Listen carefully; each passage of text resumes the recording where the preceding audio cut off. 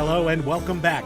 Today we'll be discussing episode number 55 of the Play Dicely campaign, Mummy? Sorry.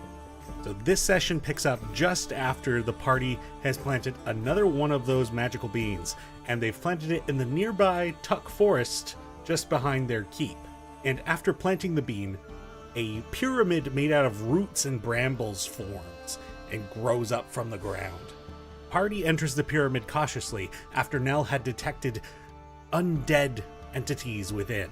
At the far end of the pyramid from where they entered, they find this strange bush-like cocoon of rotting vegetation, and from it springs a mummy druid. This mummy has mushrooms and fungus and mold growing about it, and it's got this bark that covers their skin and this crown mushroom that hides their eyes. But at first it seems to have an interest in talking, and asks the party when it is and what's happening in the world, until a point where things begin to shift and it seems to begin to feel threatening, where it wants to meet with the current druids that are still alive, and clearly wants to have some violent words with them. At this point, Azariah activates their starry form and begins initiative. And frankly, it's a pretty one-sided fight, honestly. Like, they really pummel this mummy into the ground, along with the blighted woodwoads and the several poisonous spiders, the vegapygmy, the vine blight. There are quite a few creatures in this pyramid that summon forth once the combat starts, but the party seems to handle undead very well. After this encounter, the pyramid slowly begins to decompose and fall apart, but not before the party. First thing, they melt the heart of the mummy with holy water, ensuring that it remains dead. Then also finding this obsidian statue worth a lot of money in the cocoon that it had emerged from, as well as a magical rod that it used in the combat to absorb a guiding bolt that Drac had cast at it, a rod of absorption. With what ended up being quite the profitable bean for the party, and selling the obsidian statue, the party begins to make their preparations to teleport out to the Wildeglen. Charity arrives at the keep, ready to teleport the Seekers out to the Wildeglen on the east coast. But before they do that, Elowyn gets to have a word with Valoon and leaves him with a sending scroll just in case anything should happen, and as well as leaving the keep with the sending stone that can get in touch with the Learned Circle, the one that they'd used previous to the 3-call version that they now have. And then Nell and Nivara also come out and join the rest of the party, and Nivara, though sleepy and groggy, wants to be there to say goodbye before the party all heads out on what is likely to be another dangerous portion of their adventure. Once they're all prepared, Grand Arcanist Charity Cozybug casts the teleport spell, and we do a live teleport roll. Thankfully for the party, she was quite familiar with the destination that they were heading to, and they appear in the ruins of the Wildeglen city. A quick look around revealed that there was nothing living in the city. There were no people. There was just this thick fog that seemed pretty persistent within the city. Everywhere the party looked, nobody was alive. He was there. Charity also expresses her confusion about the situation, as a community of elves was supposedly had made their way to Wildeglen years ago, and they should have definitely had themselves set up and had a thriving community here at this point. As Elowyn prepares a teleportation circle in order to get Charity back to Bar, she takes the opportunity to have a one-on-one with Charity and thanks her for the cloak, and essentially setting her up for a meeting with the Arquette. It really helped her get out of a dark space and a slump that she'd been in for a while, and is finding herself much more inspired.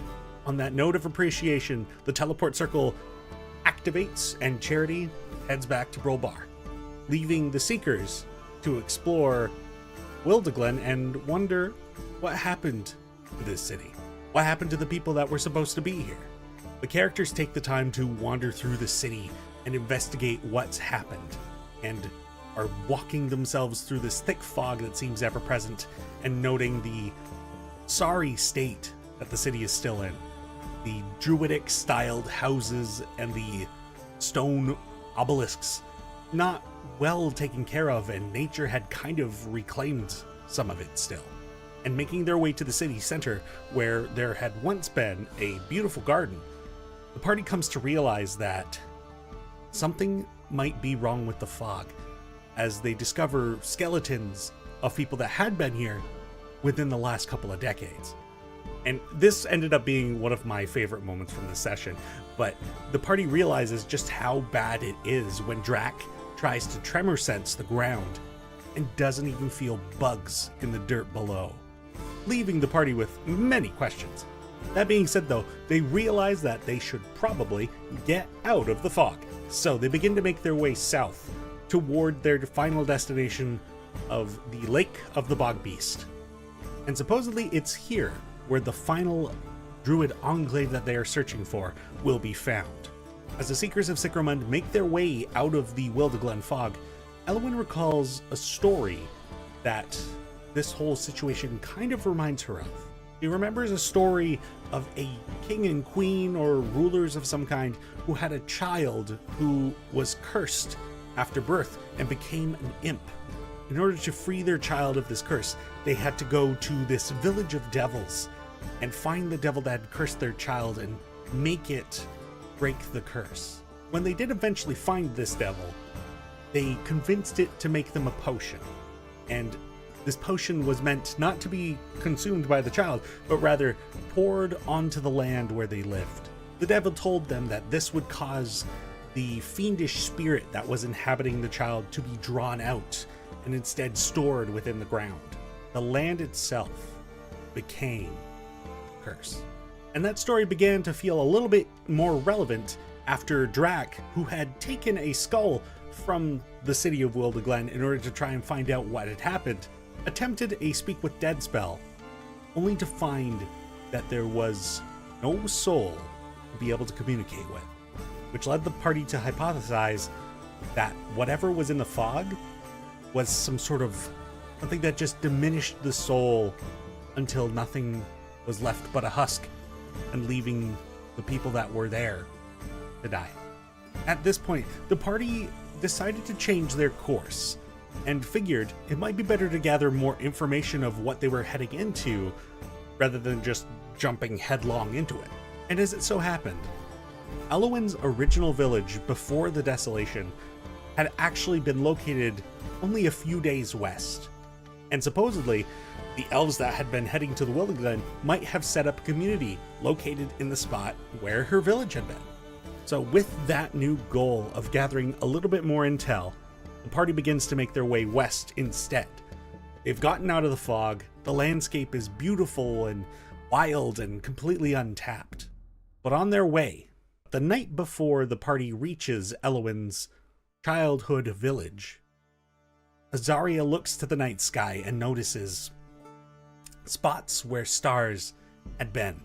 It seems that the prophecy is beginning, that stars are beginning to vanish from the sky, marking that the ritual that the Druids need to perform is coming up soon. But it doesn't seem that that is all. One could barely miss it, but Azariah sees a small black dot at the very center of the moon. And that's where we called it an episode. So if you're intrigued about what's going on, you're gonna want to join us for our next live stream on YouTube. We've got a back-to-back week coming up, so be sure to join us on Saturday, September 16th at 6 p.m. Eastern Standard Time, and come hang out with us on YouTube while we deal with the ramifications of a dark prophecy coming too. And also be sure to join us on Discord and chat with us, and we love having you guys around. You can find all of our social media links up in the top right of the banner on our homepage, as well as in the description below if you're watching the video presently, which I guess you would be. And as always, stay happy, stay kind, and as always, play Dicely. Bye-bye!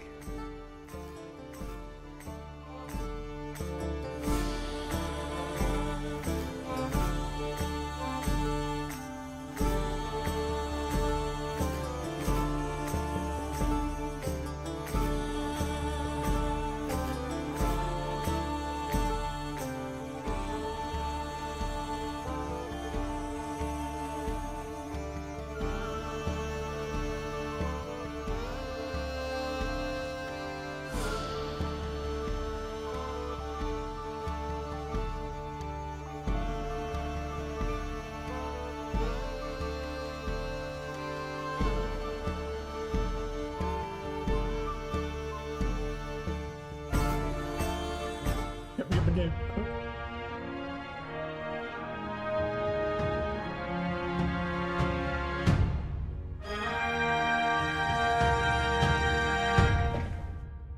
Hi there, everybody, and welcome back to Play Dicely.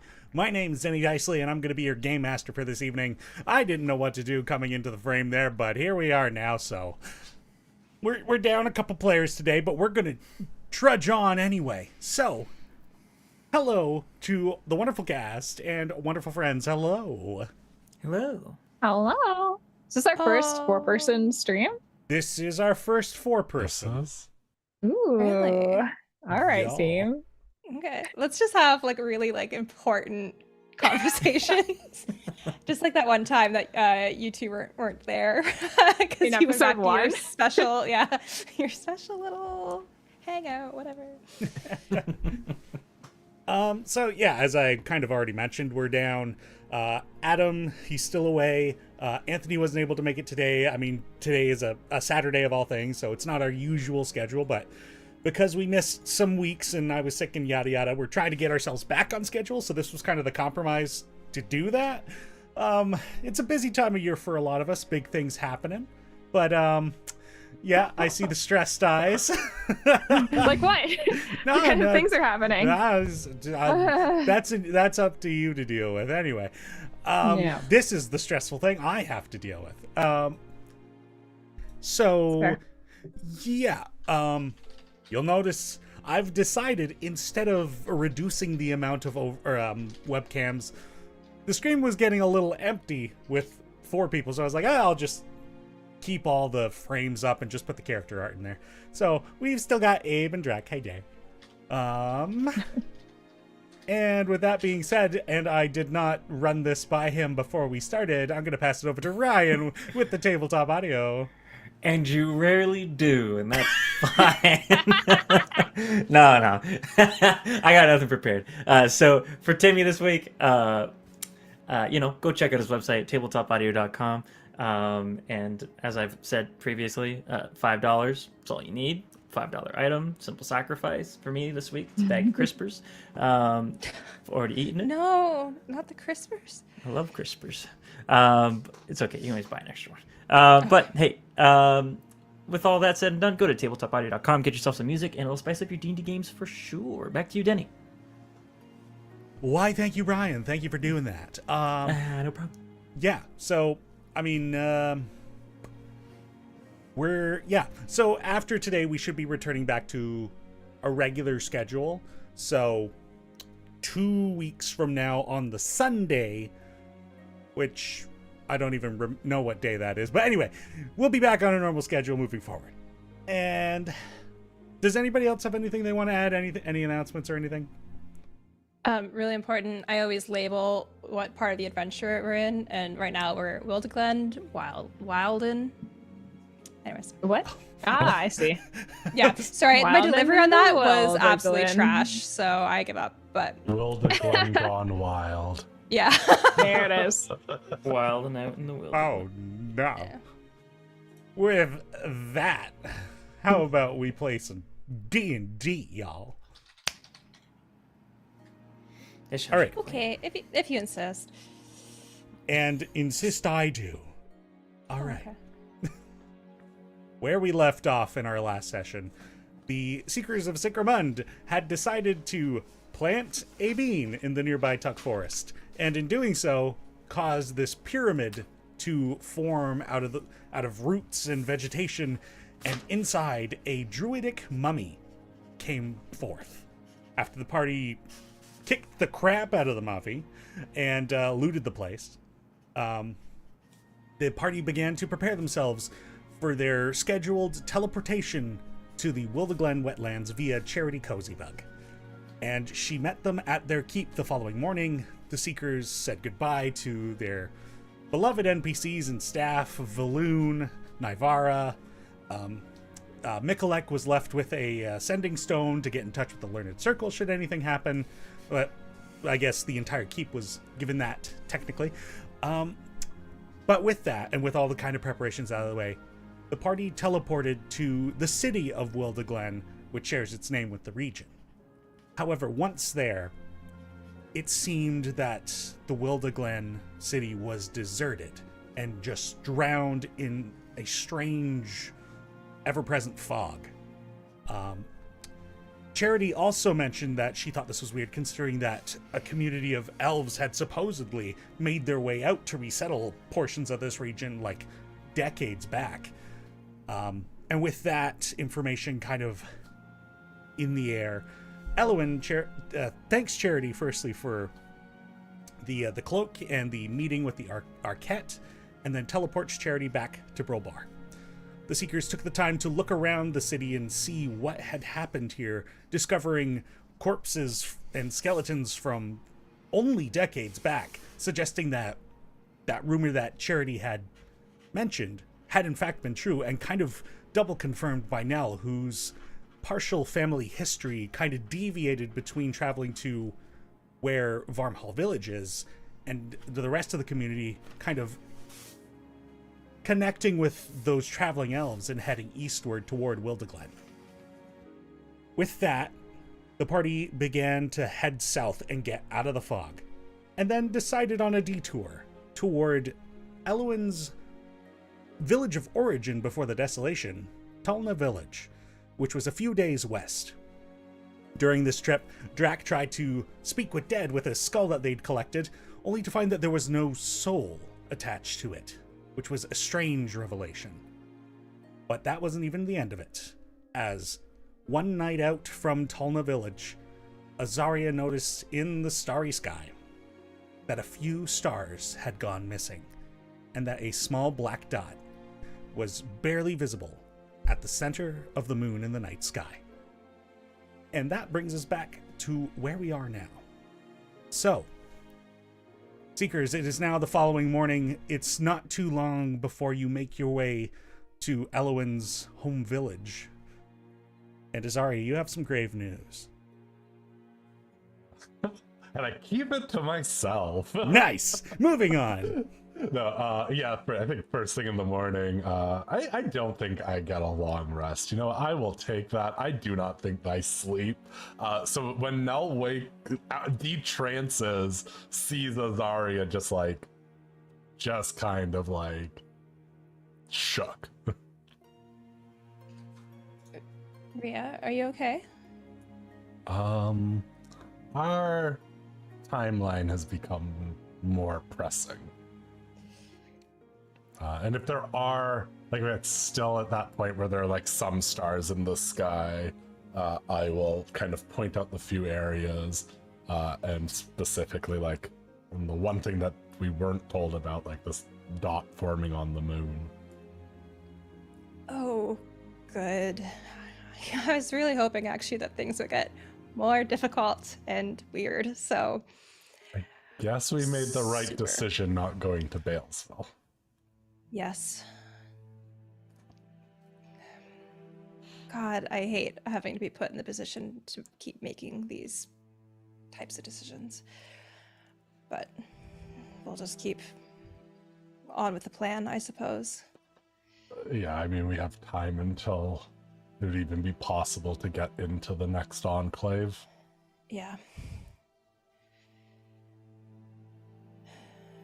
And then as people wake up through the day, I'll share this information with them. The moon is interesting. That's new. I feel like I can't quite piece it together, but we've heard a lot about the moon. It's Layla true. was also asking me to look into Mota back in the day. The moon. I don't quite see how it's all connected, but it is. Just to piece together the religion thing, is Mota connected to any other stuff? Like, are they Mota and part of the... Rowan were Yeah. connected in the stories I heard, and Rowan was part of that first Druid Enclave. Yes? Yes. Okay.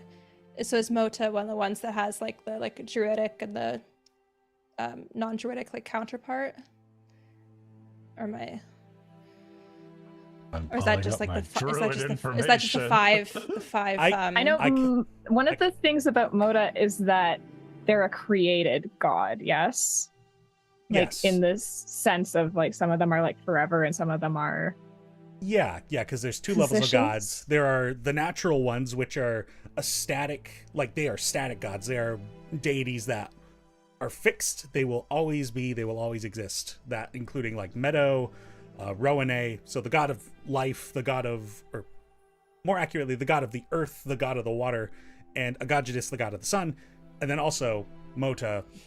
The Mota is interesting in that the other type of gods are the unseen gods, which are more, they're deities of ideas and non-concrete things, and they're also positions that need to be stepped into. So people throughout history have ascended into these roles, and gods will pass on the title and then move on to whatever afterlife is out there for demigods and deities that have moved on.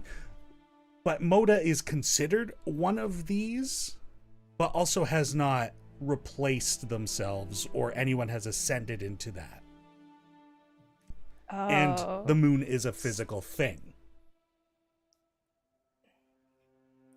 Yikes. So maybe that's why. Yeah. It was okay. Cool. Great. Yeah. Well. Elowyn, I'll have you make a religion check. Ooh. Okay. Fine.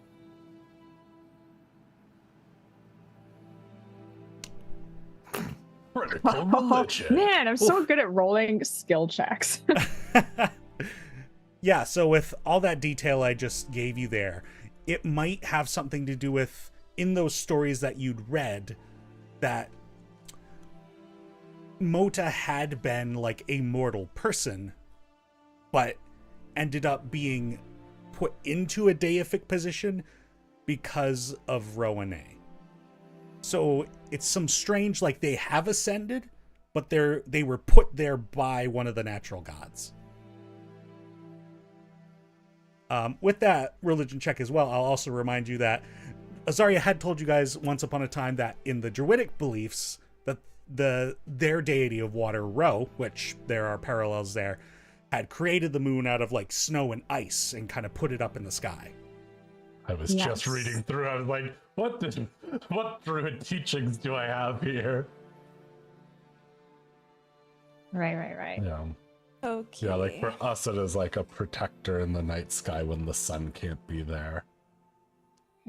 It's what keeps the... Oh, and it's disappearing, you say? Yeah. Good. Well, I mean, the and, like, stars also serve that role. It's all to keep the darkness, the void at bay. because there's a thing too. Oh, I don't know if this is meta knowledge or not, but like I think you've told us that, like the belief is that when druids die, they become stars, right? It's like the final step. Like, Yeah. you know, if you fulfilled enough of your life's purpose, that is where you go to kind of protect the night sky. So not super great that they're disappearing. No. All right. What are you rolling wisdom saves for there, Gid? Don't worry about it. Okay. Is that the all god is- awful thought of like, all let's is kill a well. bunch of druids because then there'll be more stars. Then we can put more stars. Hey, look, we solved the problem. Really, Boot in the air, crossbow everyone from the sky. That's how you fix the stars problem. Yeah. You don't Good, make good, mighty good. fine protectors. I mean, that's one way to do it. We'll just take the fight to the sky by killing ourselves. There's a lot of different things I think that we could really solve if we just go like a really bold choice. Same with like if we murder Abe, then the ashes thing. I don't know. It'll all Yeah. it'll all work out. Well, while Abe It's like can't the backup defend plan. himself, Yeah, if we can't make our way into this enclave, these are good plan Bs, I think. Oh boy. Yeah. No, I rolled that wisdom save for when Azariah broke the news to Gideon about the stars, and he's okay. Okay. He's okay. There was a moment where it looked like he might have snapped a little bit, but he got himself under control. Sort of that similar, like, snap of fear that you saw him have in Balesville, but he managed to get it under control. Still have a bit of time, but it's pressing. Yeah. Well, glad we're not in Balesville then. Yeah. I do truly think we made the right choice. Well, we still have some time to kill before the next moon cycle, right? Yeah. Believe so. Yeah, I guess like 10 days roughly. Maybe we should scout the place at least, see what's there. Well, we're heading to the village right now. Right, but after the village. Or it's Yeah, we even should get there less. with like some earliness to it. All right. Definitely. And I mean, I'm hoping the people at this village might have some information if any of the elves from Wildeglen made their way here. right. I'm hoping there are people in this village. I'm also after- hoping there are people here. Yeah. Yeah. Yeah, that would be really Yes. nice. Yeah. So, Danny, question for you. It's Yes. like looking at the next month on the calendar, so Frozen Star is like the day that we're kind of looking for. Is it this like the 7th, essentially? Because that's where the Yes, at least according to what you guys have interpreted about that prophecy about the moon Okay. lifting her veil. You know, The what's days- real reassuring. Yeah. I always like to leave a So- seed of doubt. But yeah, those a few days after the 7th is likely a Okay. window of time. You don't know how many days it would be, but yeah. before So, the 16th or the night of the 15th, more like. oh, okay. Well, that's good. At least that it's like kind of like a 10-day, because the last one was on the 12th, so it's actually less than a full month that we have in between the two. Just FYI. Okay. So, yeah, because we're on the 15th right now, so we have the 7th of the next month. It's like when it kind of kicks off, just to keep us focused on All right. where we need to be. So, because with everything happening, I don't think we want to delay to the next month, ideally. So- No. We have to try and do it this coming month, and if we fail, then we try next time. Hopefully we get it the first time.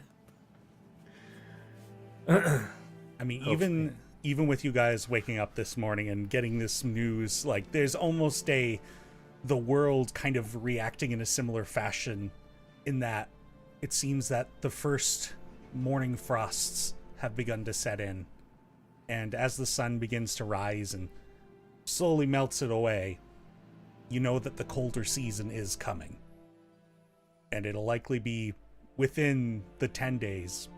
It very well might even be snow. Good thing we went up that mountain earlier. We've done it before. Nothing can be as cold as that was, right? Brock is going to appreciate this. Azariah, I'm going to have you make a nature check for me. Where's my character? Oh, there it is. How do I Uh, nature? How do I? Where is nature? Is that a 15? That's a Did I 15. roll You a two? rolled a God, 2. That is a 2. That's a 2. That's Even with a terrible roll, I know more nature than Gideon wisdom. You do.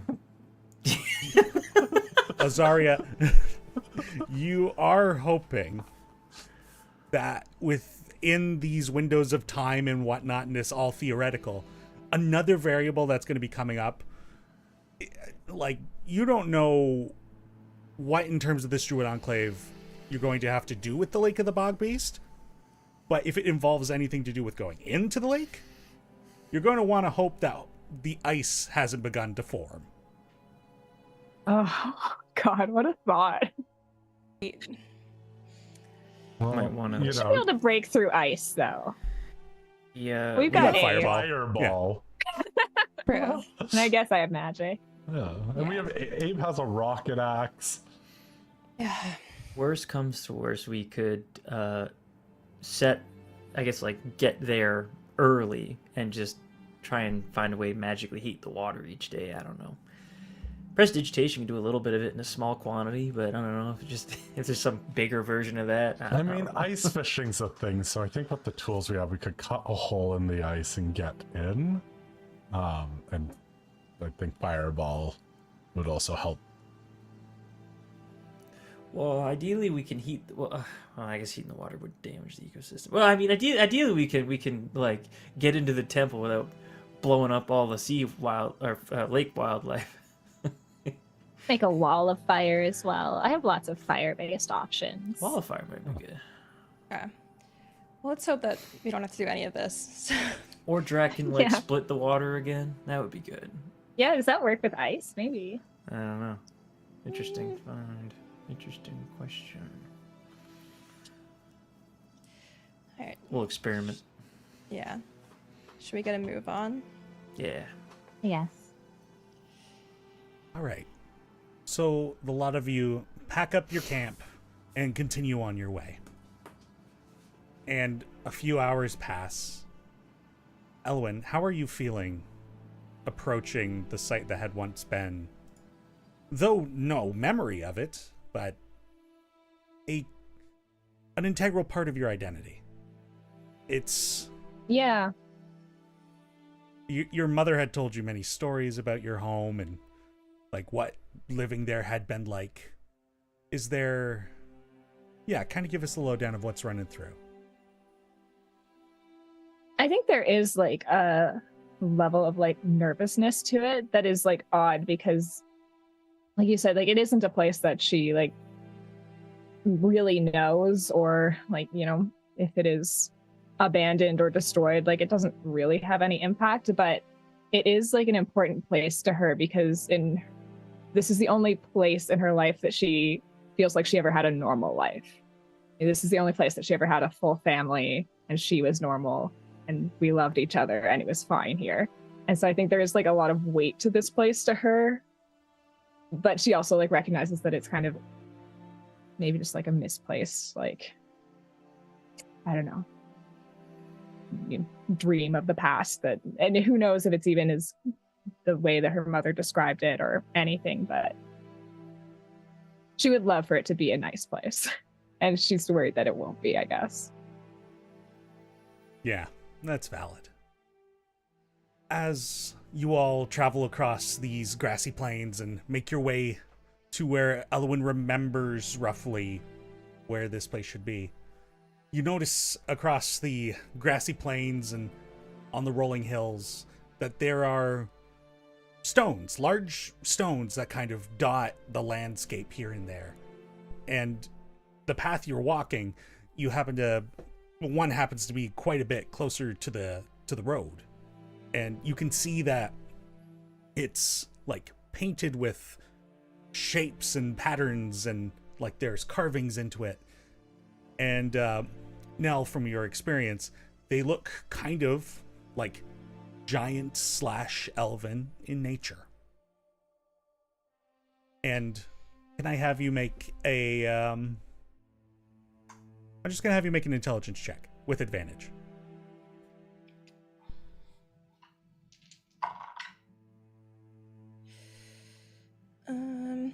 16. You recognize these large stones. These are grave markers. They're covered with patterns that tell you who the person is and or what they'll be remembered for or what they've done that was of significance to that individual.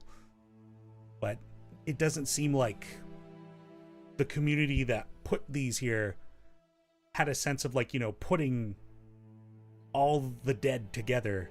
You could they're placed in specific places over the landscape with no reoccurring pattern that you can discern anyway. And it's like a fusion of the two cultures, you said? Yeah. The one that's close by, I'll just kind of like, you know, dust it off a little, and like I'll say like a little, it's not quite like a prayer, but just like a little, whatever it is that we say to kind of acknowledge, like, because we have that same thing like on the path along to the mines, So presumably we would have like kind of like a show of respect that we would say before we continue on. So I'll just say that. If you don't have one, you may have a point of inspiration. Oh, I do. Does anyone need it? All right, Elowyn is all yours.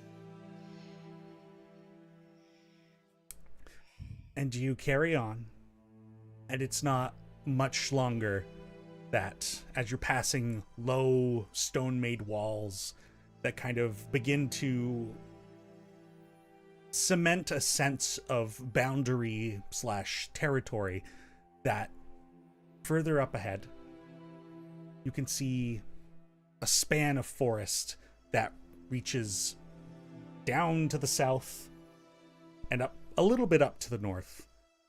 Further up away you see a great massive lake, and kind of sitting between the two of those landscapes, or two of those geographical features, is a small village of many wooden lodges and huts. And it seems that there's chimney smoke coming out of some of the homes. Like they're... It seems like a town, a very small town, mind you, is here. And it seems that somebody's there, or a few.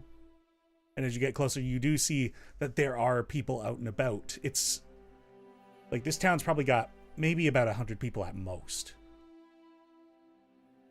And as you stroll into town, there are folks, Elowyn, Goliath, a couple humans. And they watch the lot of you stroll into town. Not hostile. A few of them might seem suspicious. Some with curiosity. But this place seems normal, though isolated. And yeah, you are in the village that you were born, Elowyn.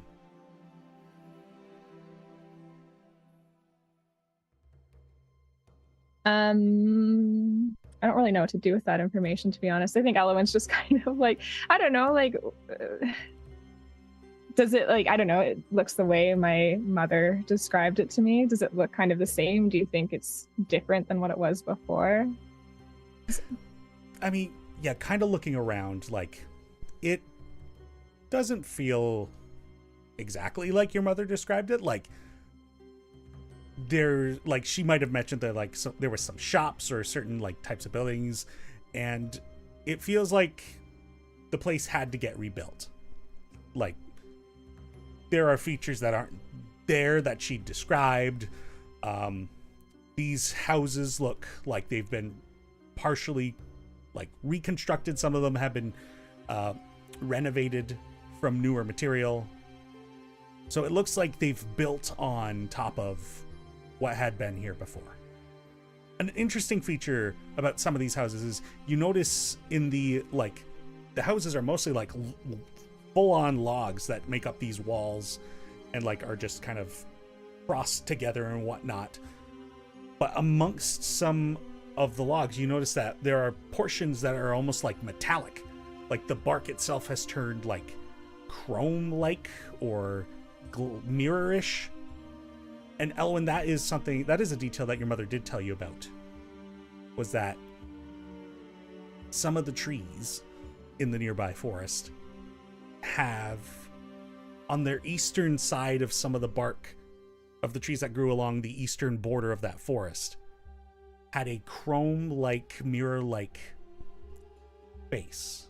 Like, half of it was normal bark, and then the east side of the trees was, like, glassed over.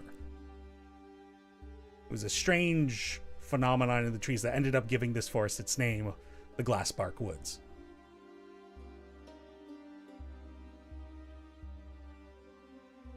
Aside from that, a few people begin to come up to the group of you. Hi, can we help you at all? Where did you come in from? An elven man says to the group of you. I'll look to Elowyn to see if she wants You to go take the ahead. lead.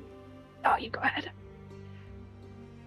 Hello, we're a group of adventurers and travelers. We have some business in the wetlands, but I'm a part of the Paladins of Fyra, and I just wanted to see a little piece of my own history, see if everything was established here. It's been a long time since we've heard anything. Well, I recognize the name Fyra, though I believe that's more of a following of the Goliath part of this community. My name is Erdir. I am well, I wouldn't call myself a leader, but I'm somebody that this community looks up to, and I try my best to take care of them. You're welcome to stay. If there's anything I can help you with, please let us know. But we do ask that you don't stay too long. There are things that we've been dealing with as of late, and it's not...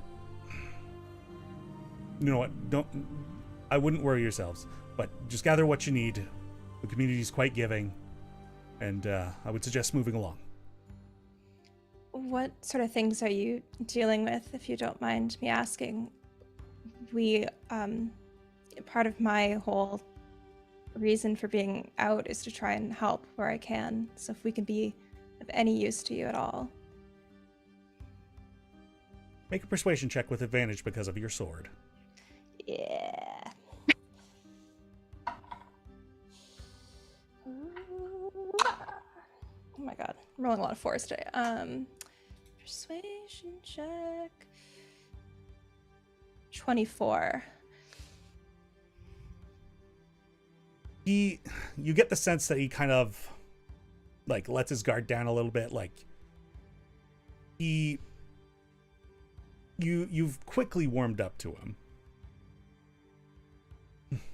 I'll be honest, I have no idea how you could help us with this, but we've been dealing with an issue of one of the young men in our village has seemed to have contracted lycanthropy, and well, unfortunately has to be dealt with. He's been apprehended, but like I said, I don't know how you could help us with that, but... Well, we have a cleric with us. I'm personally not very familiar with this affliction, but perhaps there's a healing or a magical way that it could be rectified. Would Denny- like a remove curse help with that? I'm Denny, just wondering. could I roll a Drac history check? What are you trying to discern? Well, Drac comes from a culture of hunters. I was wondering if perhaps they knew anything about lycanthropes. I will say off the table, this is not something that was part of his experience. Very well. Azariah, in terms of your question, can I have you make an Arcana check? Or a religion check, mind you. I'm also decent at that. 27.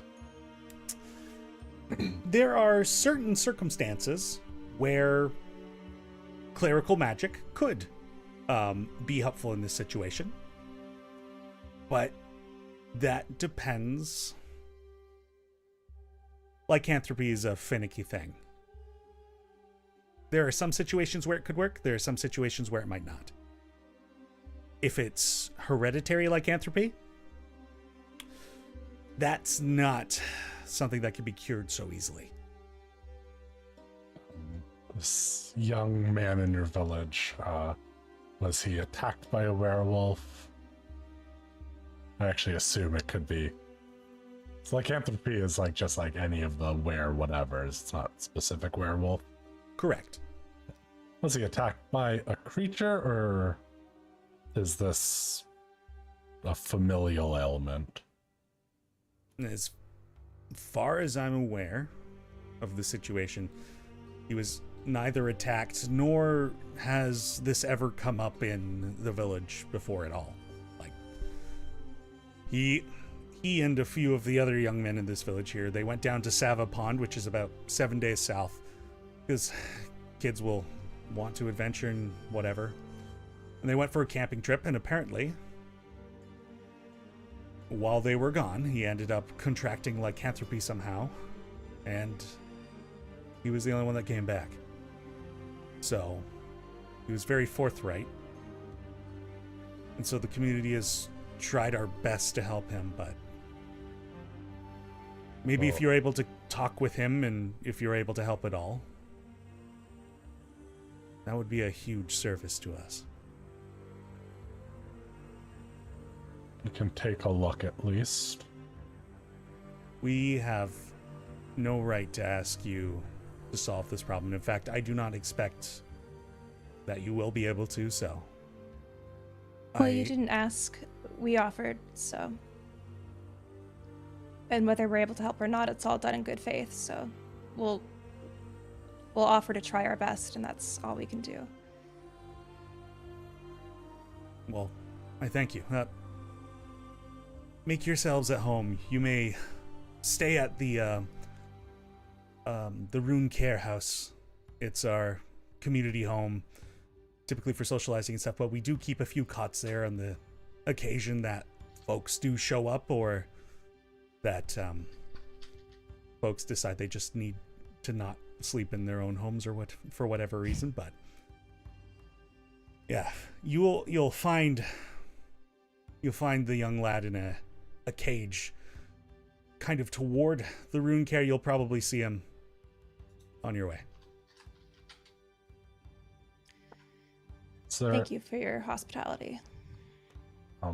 There is maybe something you might be able to help us with. We're in search of, pre-desolation, there used to be Druidic tribes south of here. I was just wondering if maybe you had any history, oral or otherwise, shared in this village. Maybe help us point in that direction, or anyone we could talk to about that. Sorry, pre-desolation you're looking for? Yeah. Perhaps if you'll speak with Uldal, but I don't reckon that many of us here will have much knowledge that'll be helpful to you, but she tends to find a way to find things out, so who knows, maybe that's part of the random information she'll have on her. She's our healer and alchemist in this village, so if you're in need of any ointments and wound tending, she'll also be the one to visit. Sure, what was her name again? Uldal, Uldal. Oh, sorry, Udlal, Udlal. My bad. Udlal.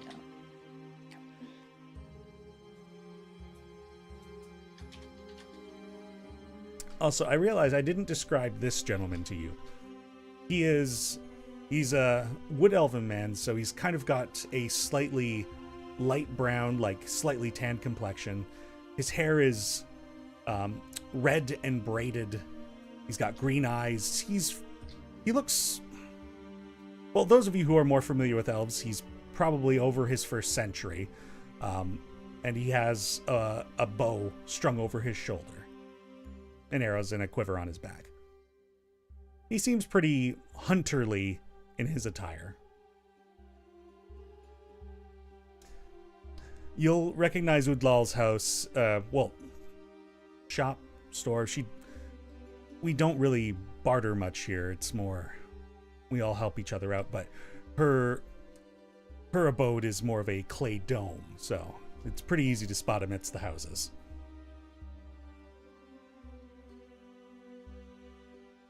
Well, if you need anything more from me, I'll be wandering around.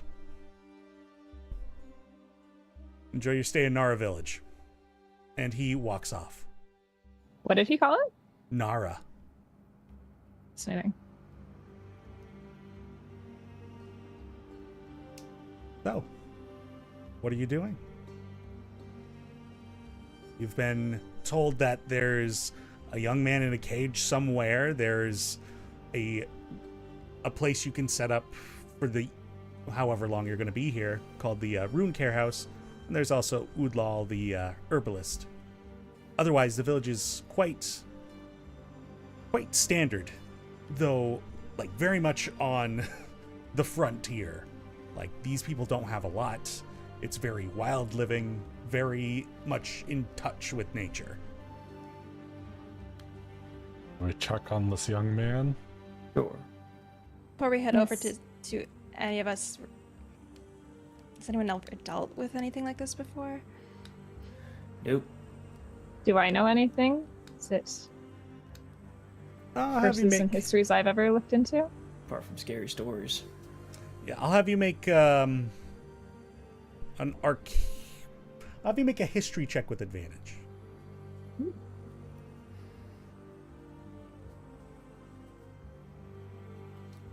31? You've had encounters with werewolves, though they were more civilized, when you visited the summer court in the Wilder. Because though the denizens of the summer court range from different types of goblinoids, fairies, and the more animalistic, which includes some lycanthropes. That culture that they cultivate there is kind of one of hedonism, so they're very self-indulgent and very party life. Some might Go hang hunt out in each the other summer for court. fun. No. But as far as like the cause and cure of lycanthropy, you reckon that the ones in the Wilder are more like the hereditary kind, so they're likely not the type to be cured, like this method anyway. Aside from that, in like stories and stuff like that, usually killing an individual who is a werewolf would be a method of ending the curse, because often lycanthropes are Right. depicted as, well, sometimes and usually are dangerous. Sometimes they're not in control, and it's more like the curse is in control. If I'm not incorrect, there is also one of the people cursed by the stranger has lycanthropic features as well. Is that true? It's in my list of things. Well, it definitely is possible, and if it's on your list. Fascinating.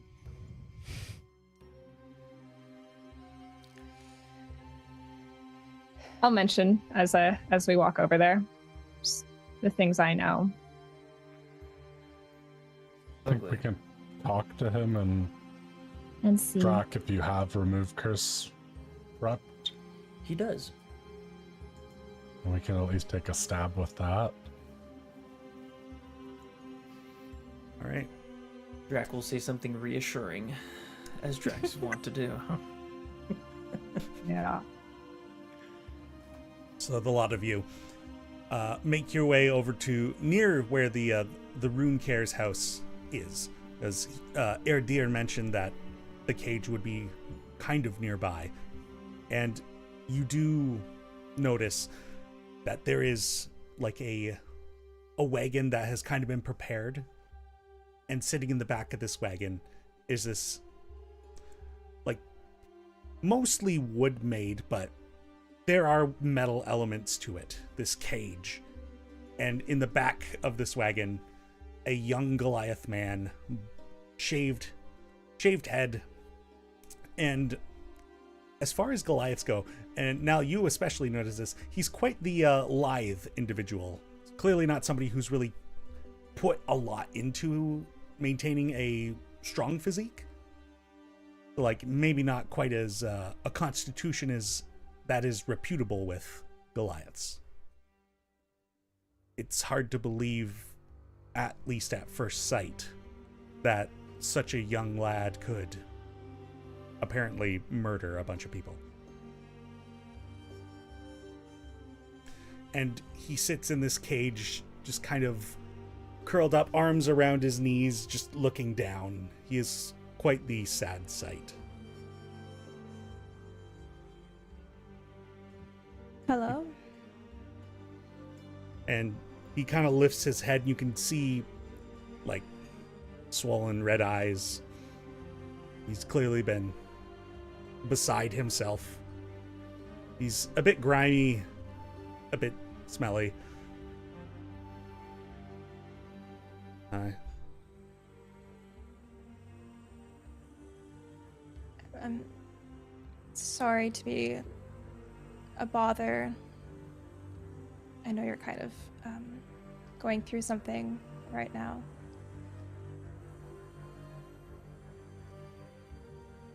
We might be able to help you.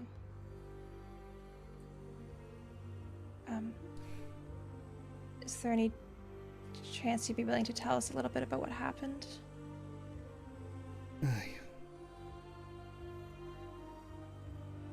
I don't think it matters now. It's probably for the better that this is all going this way. What makes you say that?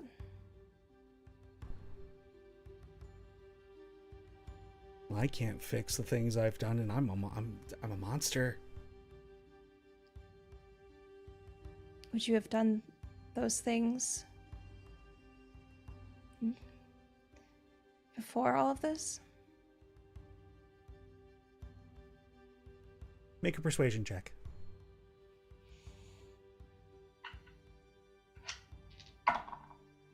Oh, it's so good. I can't do that math. One sec. Too high. Yeah.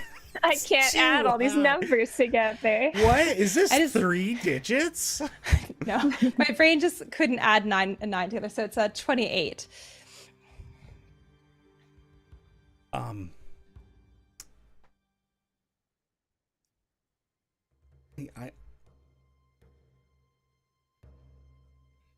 I don't think I would have. But I don't know, maybe there's like a deep part of me that wanted to. But I don't think I would have. Something out of your control happened to you. I don't think that means you have to condemn yourself.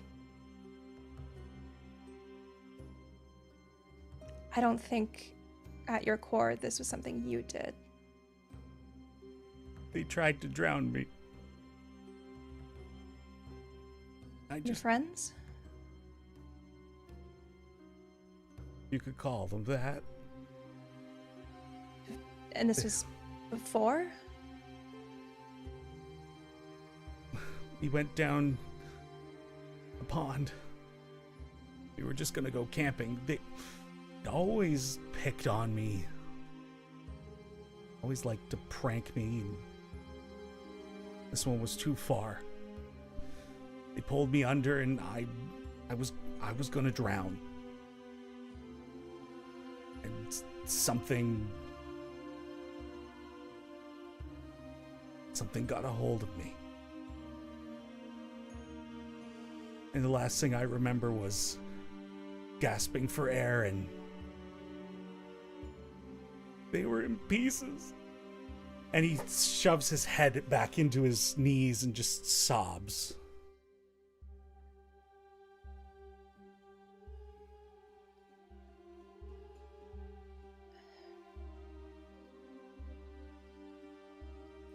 What's your name?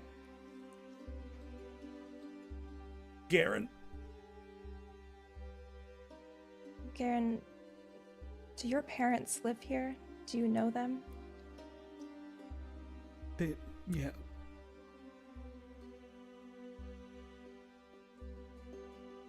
I told them not to come. I didn't want them to see me like this. I understand. We have a spell we'd like to try that maybe will help. Are you okay if we try it. There's no guarantee. Gonna have you make another persuasion check. I still get advantage. I'm gonna have you roll at neutral because he's invoking disadvantage.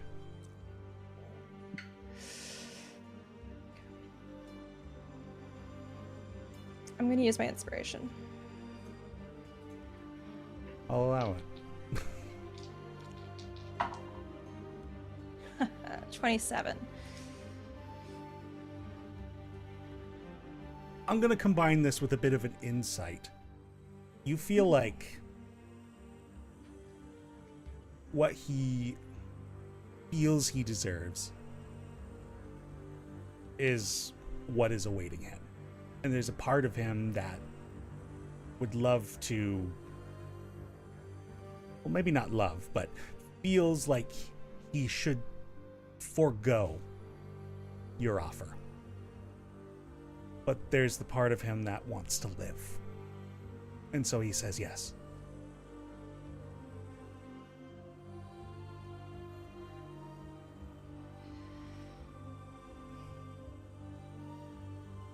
All right. What do you need me to do? I'll reach my hand in through the bars.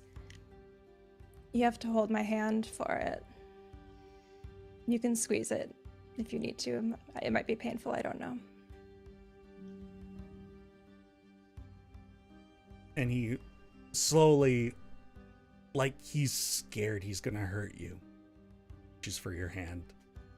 And just like between two fingers, holds your hand like he's trying to keep you as far away as possible while also following your commands. Great. And then I'll look over to Drac. Because you can cast it. Drac will nod and he will cast Remove Curse. Drac begins the invocations to remove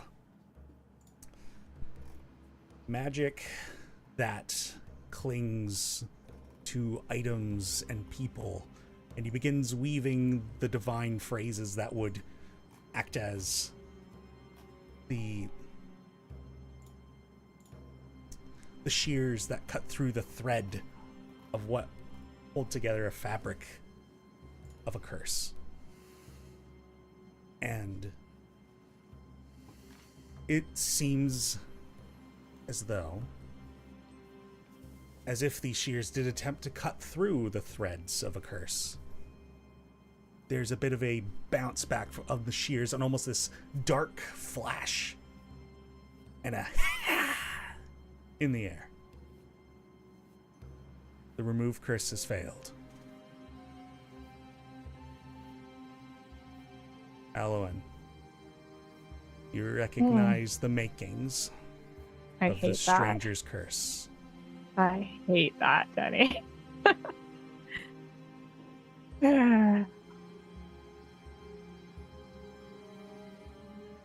Wait a minute. That feeling. That's the same as the stranger. What? Did you encounter what? Have you been to the Wilder? Oh, I don't. What? I don't know where that is. Oh no. You were in the water. Did you don't remember meeting anyone in the water?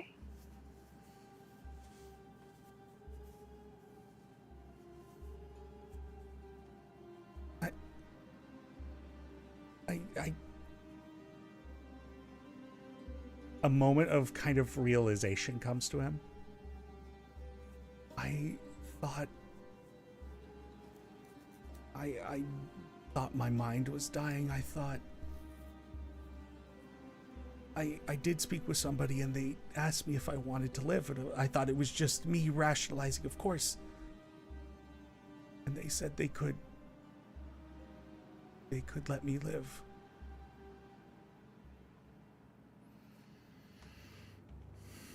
Future elfin.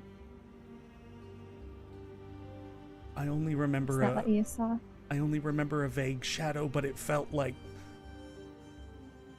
my fear had culminated. That I was so scared.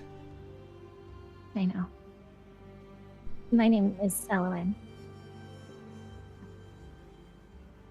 I have been cursed by the same creature.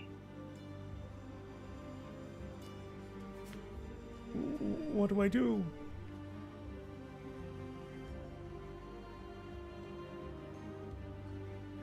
I am working to fix it. Are you a lycanthrope too? They're all different. There are a few of us. The curses manifest in ways to show your greatest fears. It is cruel.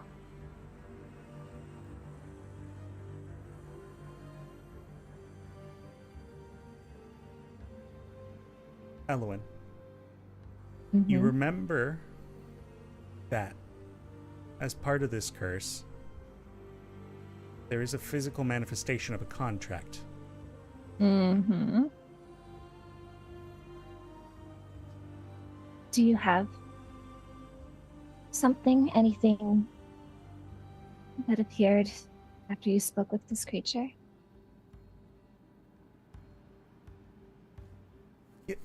Yeah,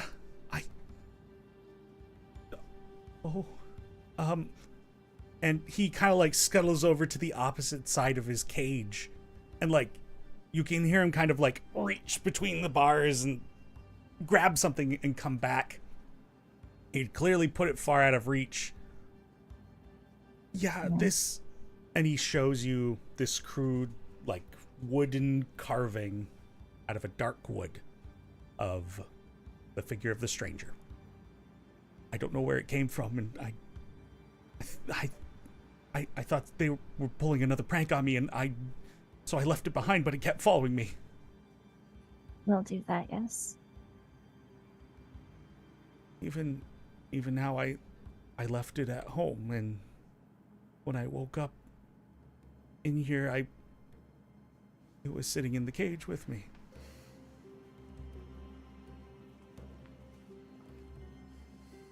I can pull my own out of my bag. Once again, it's probably buried back at the bottom, but I'll pull it out. I have also tried to destroy mine many times. With the two of these little statuettes kind of out and facing each other, you almost feel like in the recesses of the air around you, and he kind of recoils That's at nice. that. I hate to say you get used to it. I don't think I'm gonna have the time. Hold on. What do we zap the doll a couple times? You know, with the remove curse, we can try it. Right? Yes. Well, Wasn't there a bigger when I thing to that, though? When I spoke with the Arquette, there was the idea that might work, but we would have to face the stranger itself. But there would only ever be one opportunity.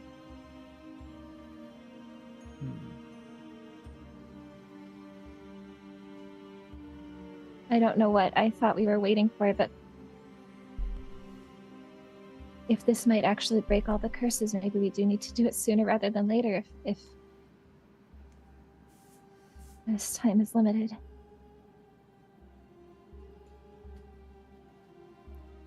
Think we're strong enough? no. That would be my only concern. Facing. We might be too strong, or we're gonna be super weak. We're gonna be dead in an instant.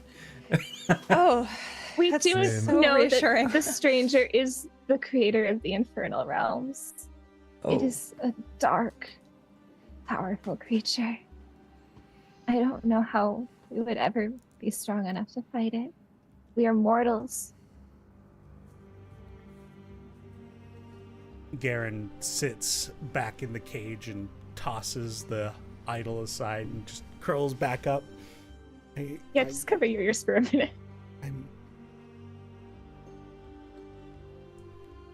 Thank you for trying.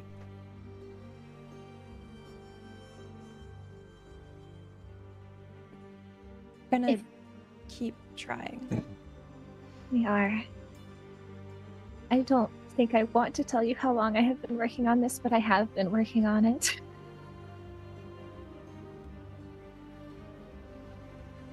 And I'm closer than I have ever been. I don't know what to do.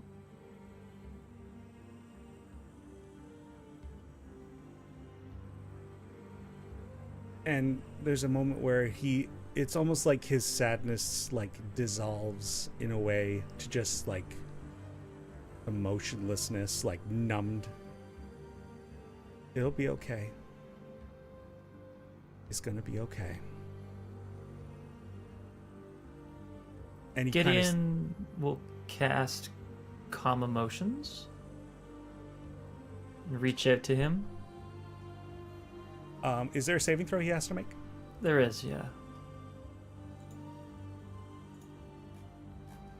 Getting so much mileage out of this spell. Woo! It's a charisma saving Gideon's throw. special. Cast it on Nell. She wants a charisma save so bad. Oh, yeah, now he fails. He fails? Okay. And it's like that 1,000-yard stare he just had kind of refocuses and he takes a couple of breaths. Gideon will lean in a bit. He'll say, "Hey, just take it from me as somebody who's had to come to grips with some shit that he's not too proud of. There's a way back for you. And this isn't as bad. Hell, I could make the argument for self-defense in your case. Just unfortunate that you got a curse along with it."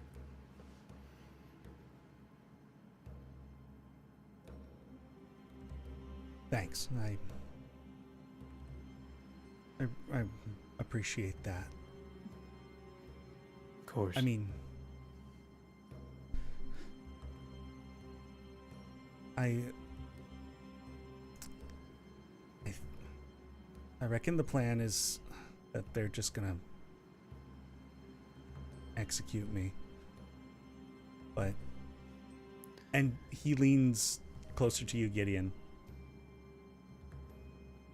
If you could just let me out, I would just run away.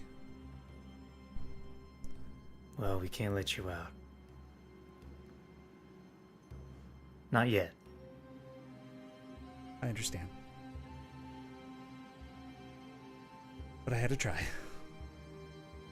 Of course. But no. We will see if they're willing to just keep you in here for a while.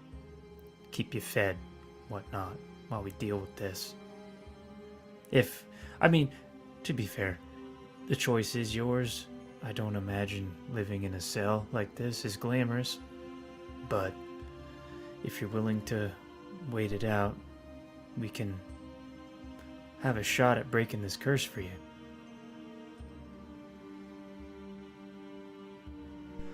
Why are you here? We had completely unrelated business, I'm gonna be honest with you, but we're here, and that's what matters. Well, talk about a lucky light in the darkest time. Thanks. I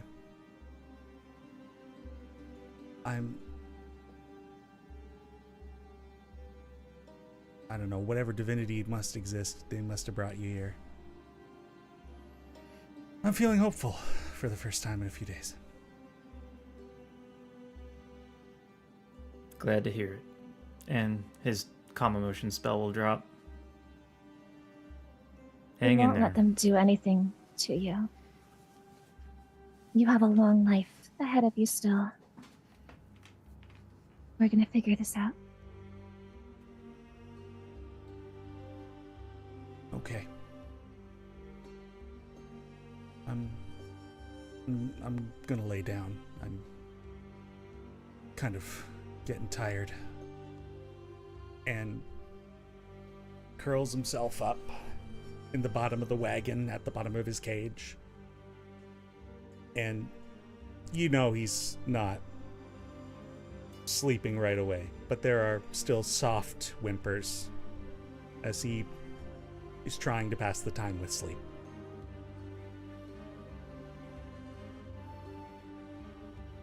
Azariah, can I have you make first a history check with advantage, and then also a nature check? Nice. Full history. 8 critical history and just regular nature. 19 on the nature. All right. You had the benefit of the history because Elowyn had just kind of given you all the refreshers, and also you've been into the wilder too. In a lot of stories and folklore in relation to lycanthropy and werewolves and stuff, this is technically not the first lycanthrope the whole group has met, in that you've also met Vermin, who technically is kind of a branch of lycanthrope, but also there's ties to ancient druidic magic that kind of also comes to partner itself with lycanthropy. Hence why druids are able to wild shape.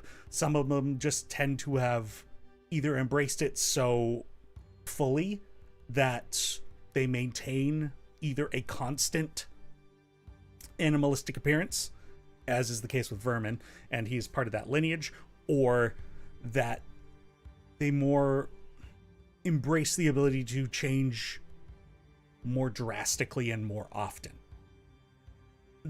Those individuals who are kind of that heritage, or if there had been evil druids that had kind of passed along that lineage, such individuals found that their cycles tied to the moon. That either changes that were unprompted or unexpected would happen with certain cycles of the moon, but also werewolves that had been afflicted and then had the chance to be cured, that opportunity would go away with the full moon, or there'd be a permanent transformation. Relay all of that to the party, out of earshot of our new friend. Yeah.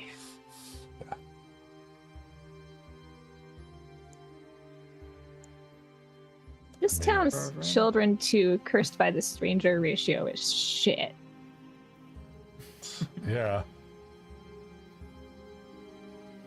Oh yeah, just the the alumni of Tulna / Nara Village. They set out into the world and get cursed. All right. When I settle down at the end of this is not where I settle down.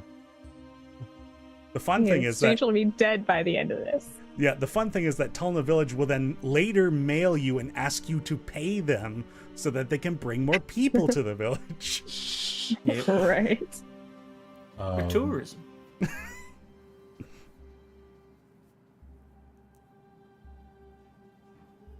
Yeah. I really don't know what to do with this. Well, and this is fascinating information for me as well. I always thought this was contained to the wilder. It's here on the material plane as well. Maybe there's a Maybe not. way But in probably nearby. not, actually. That lake, the same as the forest. I get it. Can I have you, Elowyn, make a just basic intelligence skill check? Mm-hmm. I don't know. Oh, I do know. 18. A possible theory of this might Still 18. have might have to do with, maybe it has something to do with the timeline, like the fact that you guys are getting closer to the end of that window where the druids can perform that ritual. It might be gathering strength that allows it to kind of begin breaking down the barriers of its containment. So I will drop that theory in your hands. Okay. Well, it's a good theory. Love it. I mean, No, we also know about the well in my village has the connection to Darkest Heart, so there could be more places like that that are just thinner between the planes. Yes. And the fact that maybe even in the Firkley forest itself, it wasn't really there, so yeah. Yes. A theory I've had before also.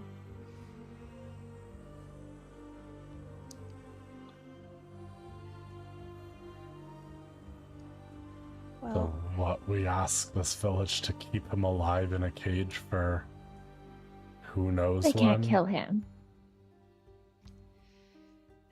I don't think we're solving this in any reasonable amount of time. And I don't think a village of this size can probably afford to have people who aren't contributing to keep it up. I think we might need to take him up on his idea. We're not killing him. No, What Okay. idea? breaking him out. No, we Breaking can't him out. We can't. Just Where's he let gonna him go? What if he turns again when he's out there? He's gonna kill more people. In the woods? Well, I imagine that it'll start with just small game and whatever's nearby, but I reckon those things can make a lot of ground. Well, we could talk to their healer, chief alchemist, that's a good place to start. see if she's open to the idea. See if she has any guidance for us as well. Because we don't know, with this being a curse from the stranger, if there's something different to it. Bet you there is. Yeah. Like maybe a regular lycanthrope can just be fine in the woods, but maybe this one, it's more violent or something, or who knows. Last thing we need is more people getting turned into werewolves. Still don't know if it was a wolf they became. Oh, whatever. Lycanthrope.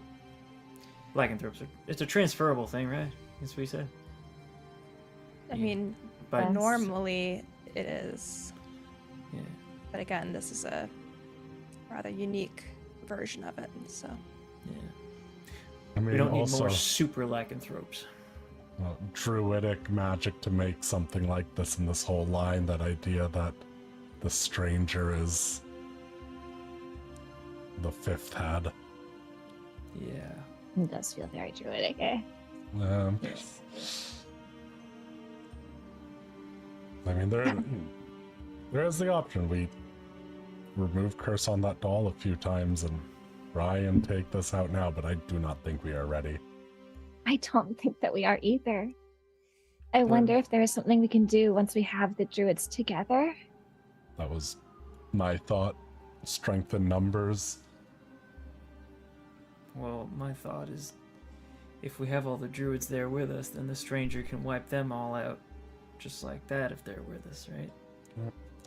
And I mean, if we cannot defeat the stranger with more power and with the druids, we're not defeating the stranger now. Well no, and we like, unleash let's say, the stranger now, the world is doomed. let's say we do kill the stranger, but we have the druids with us, and the stranger manages to kill maybe like 2 of the important druids while we're fighting it.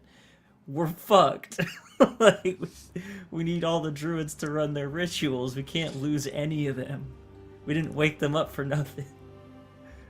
We can't Do lose the any ritual of them. first. Maybe we I just get mean, a it bunch of doesn't town help for guard. 500 years from now, and this is a problem again. Maybe we just get a bunch of There's town guard with us. other druids, right? That pass us along. The last druid we talked to, Huyan, wasn't the original one, right? That was so don't know. long ago. I was like, I don't necessarily remember. Elowyn, you don't are think- essentially correct, Yeah. but you don't know what that timeline looks like. I don't think we should put the You people we've say. spent all this time trying to wake up in danger again. If we're gonna deal with the stranger, we gotta deal with it either ourselves or get somebody else, but not the druids. Azariah and Elowyn, At least with what we know so far. between the two of you, may I have either both of you or one of you help the other make an Arcana check? I can help you. And can I pat myself and give myself some guidance? Sure, because this is kind of a pondering, so I This is will Baldur's allow Gate. you to pat yourself. Oh, I believe in myself right now. Nature believes in me too. 31 plus 34. 3. Dang. I am Arcana. Absolutely the fattest roll I've Azaria ever dissolves and becomes physical magic. No. Becomes void. no. I am the end boss. You become the stranger, yeah. Fun. You theorize that what might happen with that remove curse on that contract, so to say, if the stranger's being imprisoned but is beginning to break down the barriers, it's likely that they wouldn't be the one to appear if you broke that curse. They would definitely be angry and they would know about it. And maybe some portion of their power might manifest in response. Like But an avatar of at best, but not the real them. it's a theory. That's more and less reassuring at the same time. It means that I think, Gideon, you are getting Druids v Stranger at some point. Well, It also sounds like we might have to fight this avatar per curse multiple times. I don't know if there's ever been a part of the world's history where gods have walked among the material plane, but I reckon that it would deal a lot of damage if it was the actual stranger. There's 4 gods and they created the material plane, and everyone else is wrong.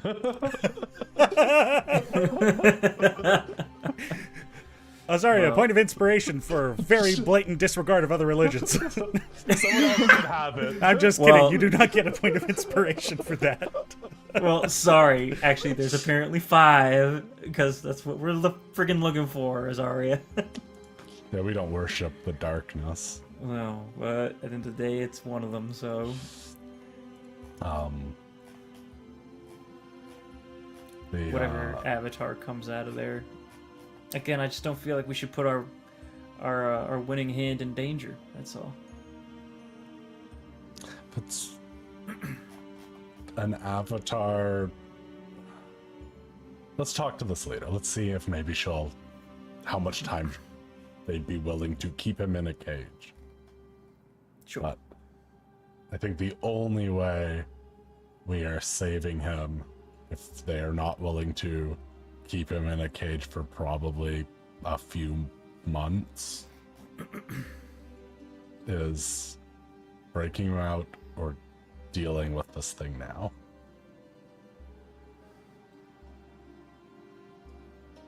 Okay, should we talk to the healer first? Yeah, let's do that. Okay. All right. It doesn't take you all long. It's a very small village to walk around and find this clay dome hut that Erdir described to the lot of you. And there's like clearly a hole cut out of the top of the stone, as there is like smoke softly and a very strange but herbal scent emanating from this building.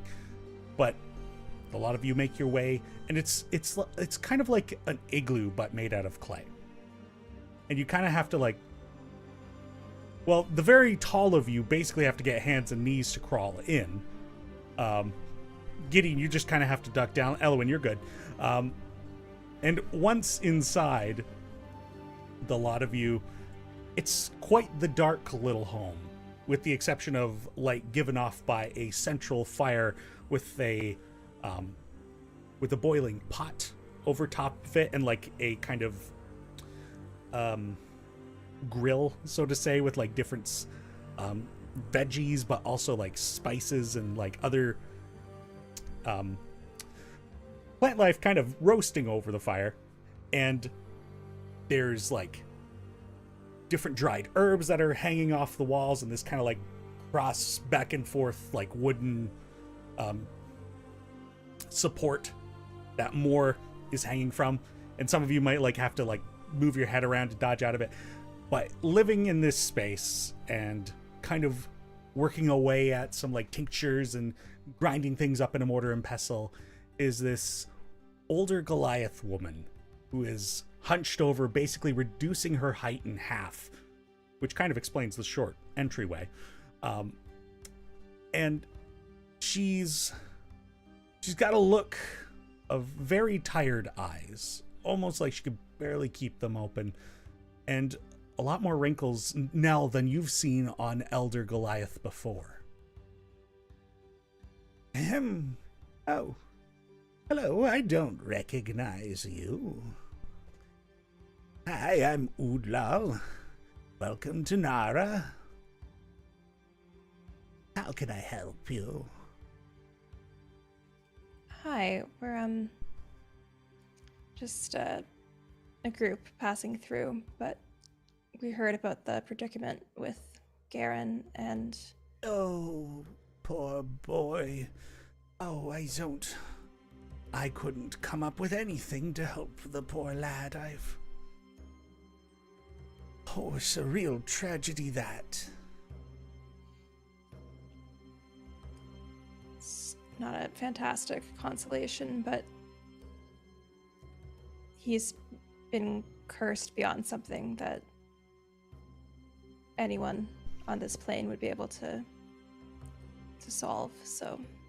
Well, I suppose that kind of makes sense, considering I tried to get some of the ingredients that might work in such cures for bestial transformations, but even that didn't work, so I know it doesn't entirely make me feel better, but I'm glad to know. So, what do you know of it? What have you tried? Were you able to fix anything? We have some ideas. One of our main questions is, how long can the village keep him imprisoned? Oh, the poor dear. It's not going to be for very long. As far as I understand it, there's talks that they are going to take him down to Savapond before the next full moon. So they'll likely be heading out within the day or so. This is about 7 days to get down there.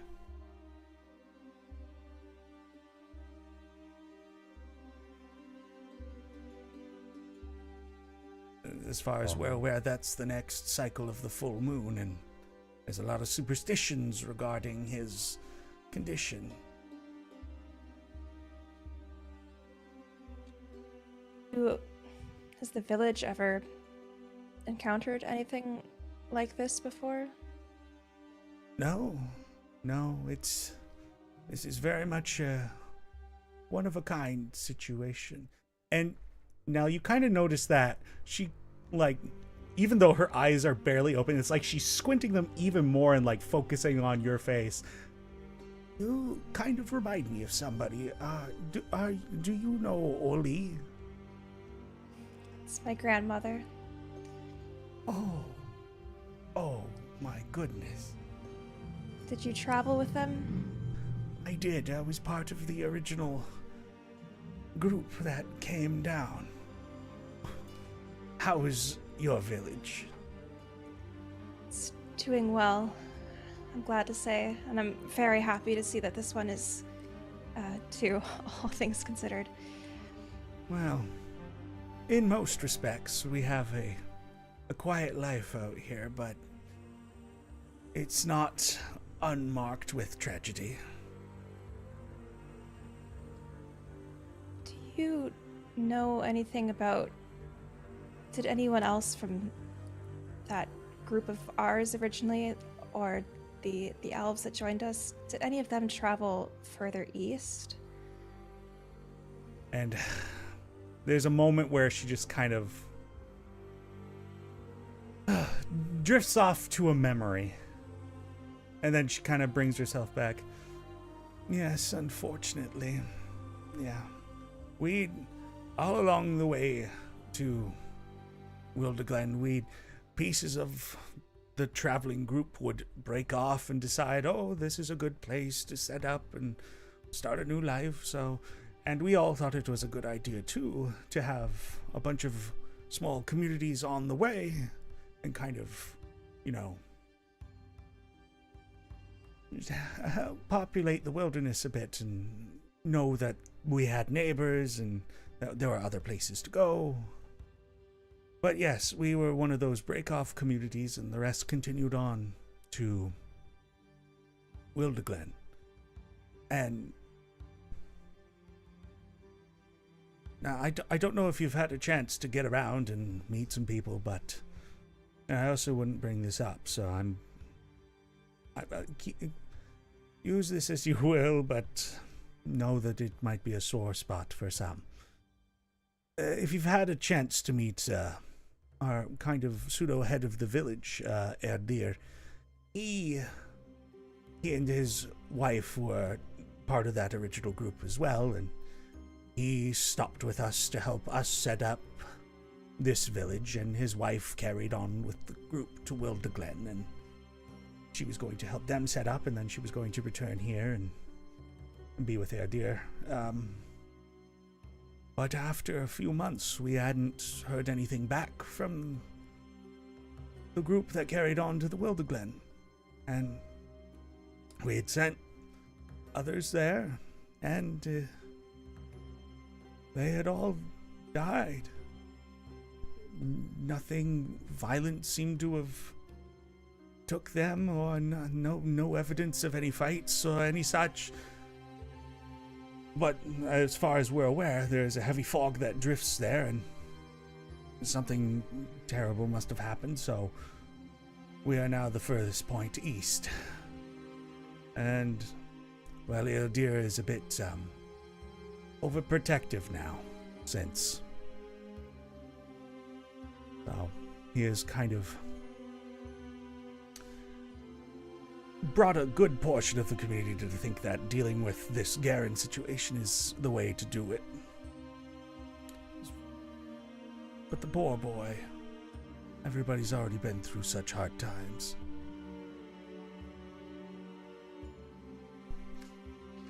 What sort of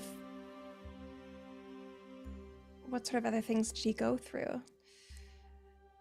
Well, as far as I'm aware, he was often picked on, and poor boy, and he would often come visit me here, and we would have soup, and he would tell me jokes, and he's such a delightful young boy.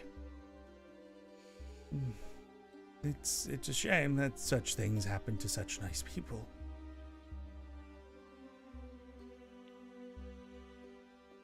I know young folk could be cruel for no reason, but was there a purpose behind all of it, or was it just he was small and easy to pick on? Hard to say. Though I reckon that some of them thought he was not one to defend himself. And sometimes people like an easy target, unfortunately.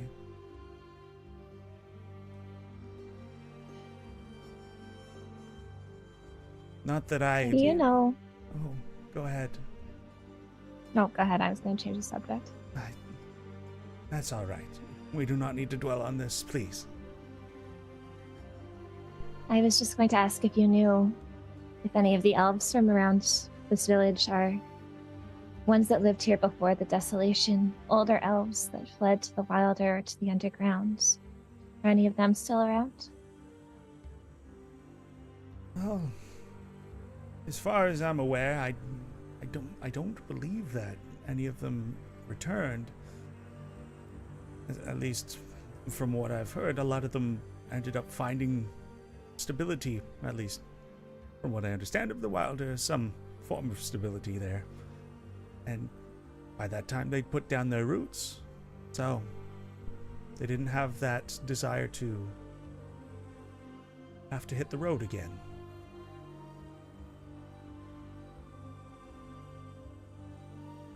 But this was a lot of the younger community, so to say.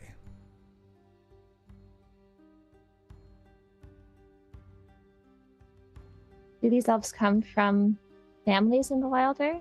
Or more from... Well, I reckon there was probably a lot from families in the wilder, probably some who came up with the Battle of Brobar, of human and elven ancestry, who had no desire to stick around in their city there and made their way with the traveling groups. So, though small, we've got a lot of branches of history. It appears so.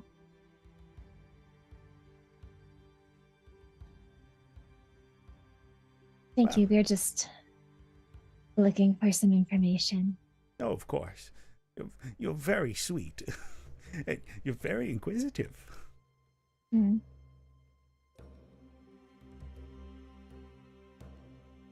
If would any of you be in need of soup? I've usually cook a little bit more than I need just in case anybody shows up. So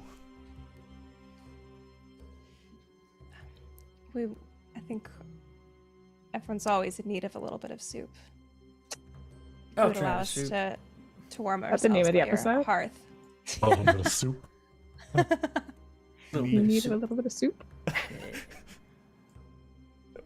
okay, it's like a squash soup. So it's just this like orange Nice. concoction. It's like kind of creamy, like So a little hint of a sweetness. And she pours each of you a Best bowl. Yeah.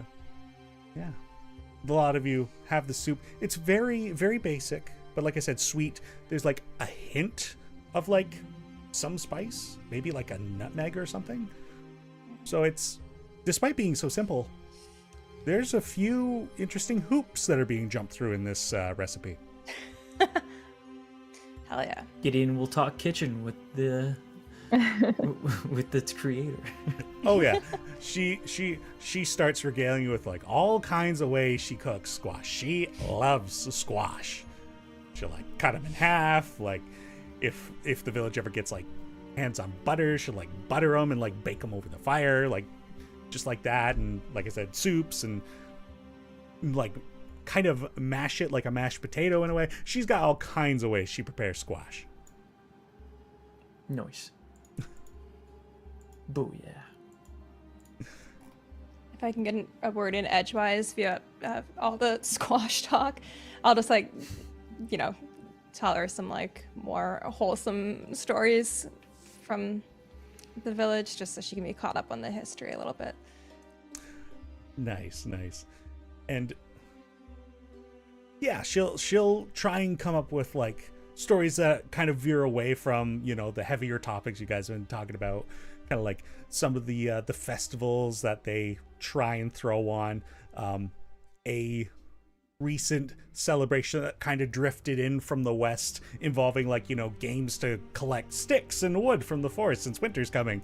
They had a bunch of festivities around that. Like, the kids would like find apples and like carve faces into them and then let them dry out, so they became these like really ugly face apples.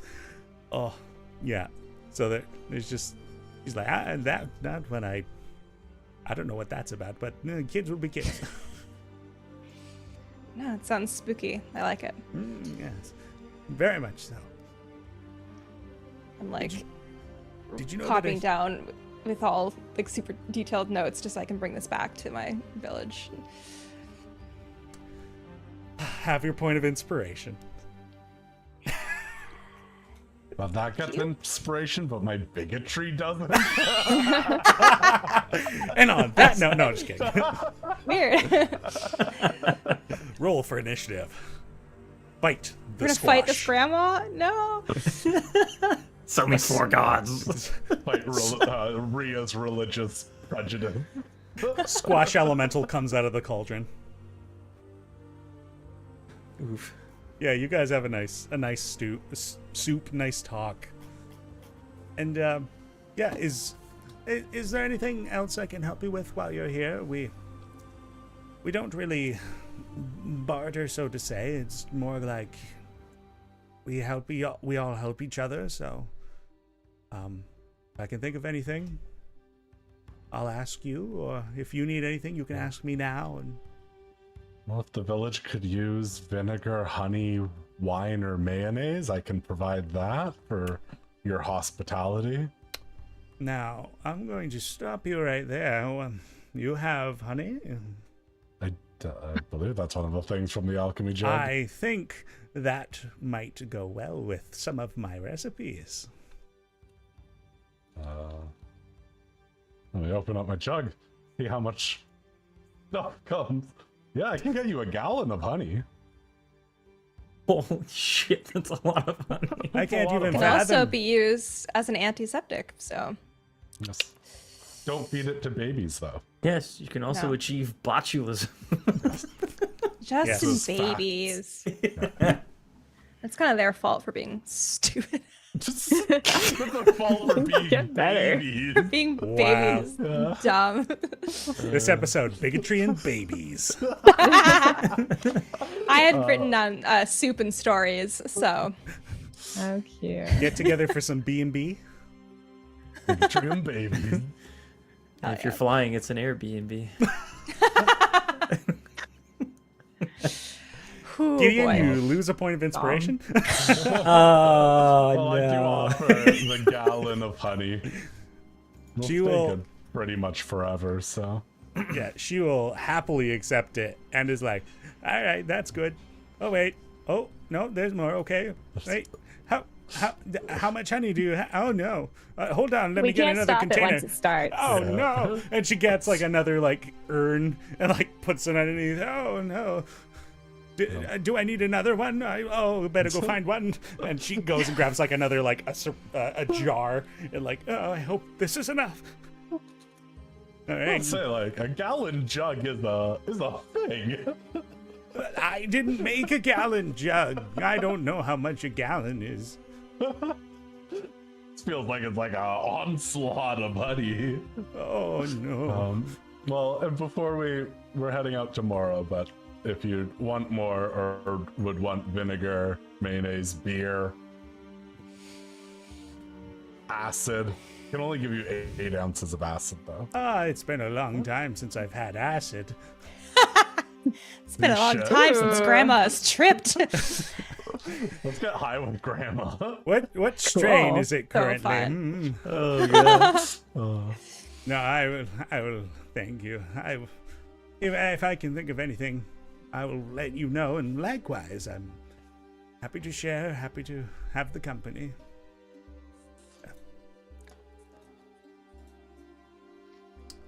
So, nice weather. Well, we'll see ourselves out. No, I Yeah. jest, but thank you. You all have a good time, and it was a pleasure meeting you all. You too. Oh, actually, can we retcon that during that I asked her like what the name of the village means, or like where it came No. from? Wow. Okay. Goodbye. Fine. Can I ask it as we're leaving? yes, of course. Ah, Oh, sorry. One last thing, if it's not an imposition. Mhm. I was just curious about how the village got its name.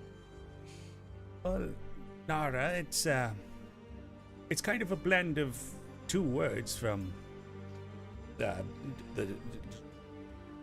the Goliath culture, and then half a word from Elven culture, and we took a piece of each of the words that mean together. That's beautiful. Thank you. Now, of course. Take care, dearies. And You too. goes back to working with herbs and cleaning up some of the dishes that you'll have to come hunched out of her house and go wash them elsewhere. But in any case, it's kind of getting to the early afternoon at this point.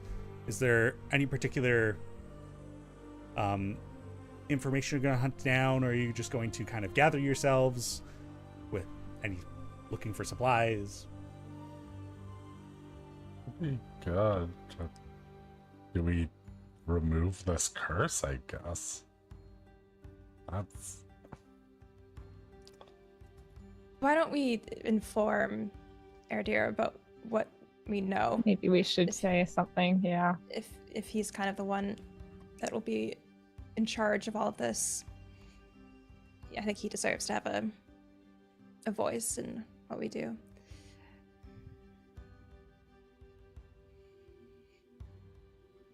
Yeah.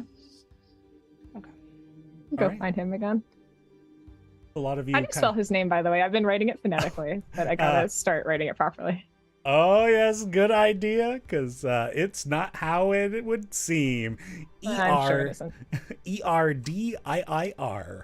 Oh, I was so fucking close, Not a- dude. Goddamn shit. Damn it. I didn't even try with this one. I was one eye thought I was short. so close, and then no, I'll write down what I wrote. Because I was like, oh, it sounds like the beginning of my father's name. No. Erdir.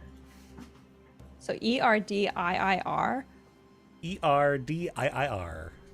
Erdir. Awful. And now that I I wrote air, space, deer, like the animal. Yeah, that's what I did too. now that I say it like out loud, and also Logan kind of also alluded to it, I was like, saying the name kind of just makes me sound like I've got a bad way of saying "oh dear." Dear. Air deer. Err. Air deer. Or you're just talking about Christmas time when there's flying deer. Ah, the Sandy, air deer. he's got the air deer that pulled the sleigh. Yeah. All right, so a Or lot only of you, reindeer when it rains. you all kind of go about the village and try and track down Erdir again, and it isn't long before you find him. And yeah, he sees the group of you approaching. Hi, hopefully you're finding everything all right. Did you have a chance to talk to the young man? We did. Were you able to do anything for him? We've discovered something unfortunate.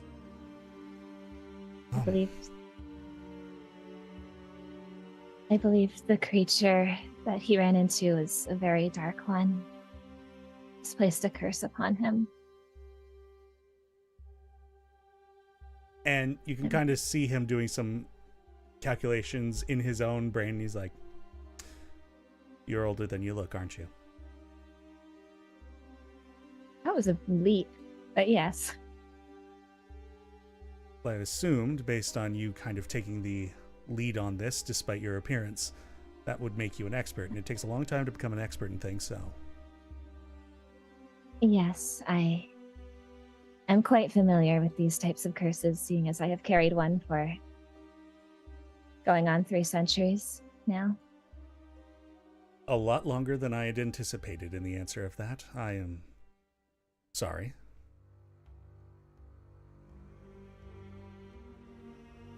I was actually born in this village 303 years ago, pre-desolation. It wasn't called Nara Village then. What was the name beforehand? Tulna Village. Well, it's I appreciate you coming back to. Hopefully we've done a fun enough job with the land you were born on, so It seems like a wonderful community. I'm glad to see that there are still people here. it definitely would have been a waste.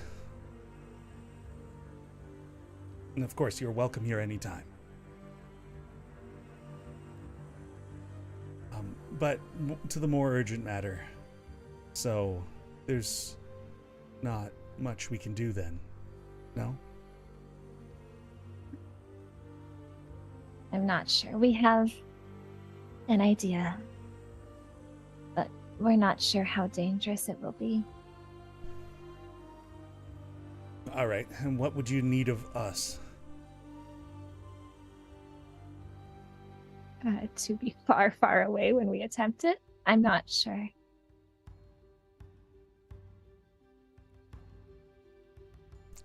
We were planning on, out of the most dire desperation, we were planning on heading south, likely tomorrow. If you think you can do something, perhaps you all could join our group as we head south. That way, it'll be myself and a few of the more combat proficient heading down. So I don't know the nature of this danger that you're describing is, but we could at least know that the few of us that'll be there will be capable, at least somewhat capable, and we'll be out of the village. And if it goes well, then we could bring him right back. What combat experience do you and these people have? Regale me in a story of something you have fought. He kind of like closes his eyes, like he's digging through memories, things he hadn't thought about in a long time. And then he opens his eyes.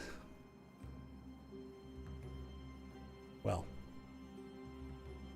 when we first got here, we did try to kind of do some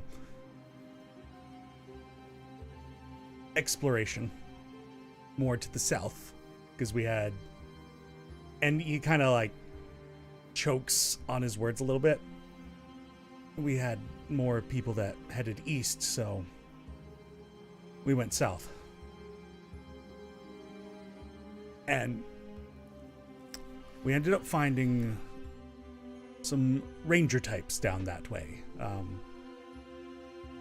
Others who just kind of seemed to live off in the forest and live on the land, and it was quite impressive. We had good talks with them.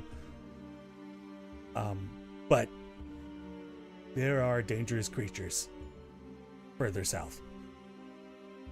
And the person that we talked to,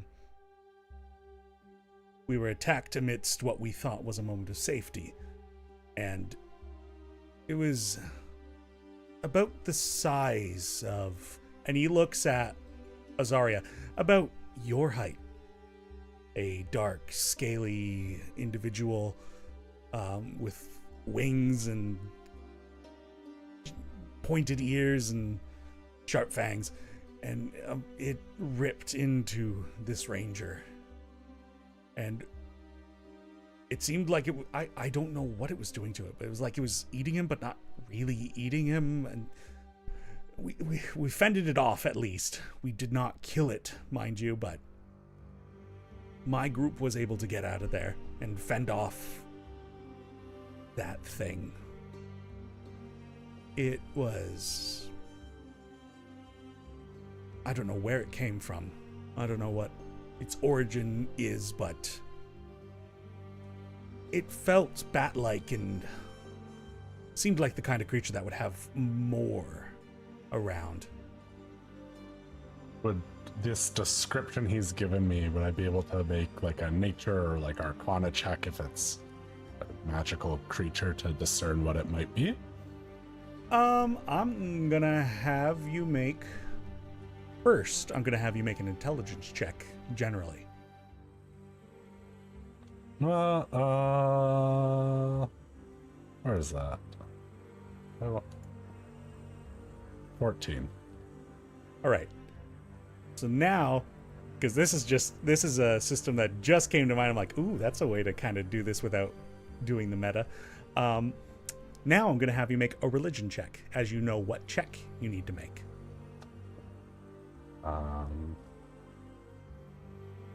You know, I'm gonna pop my inspiration for this check. 27. Ooh. Big. So, the description that you're given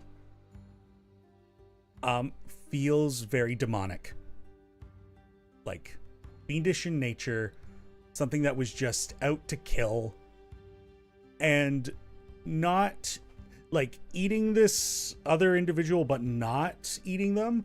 That could mean many different things, like whether that means like,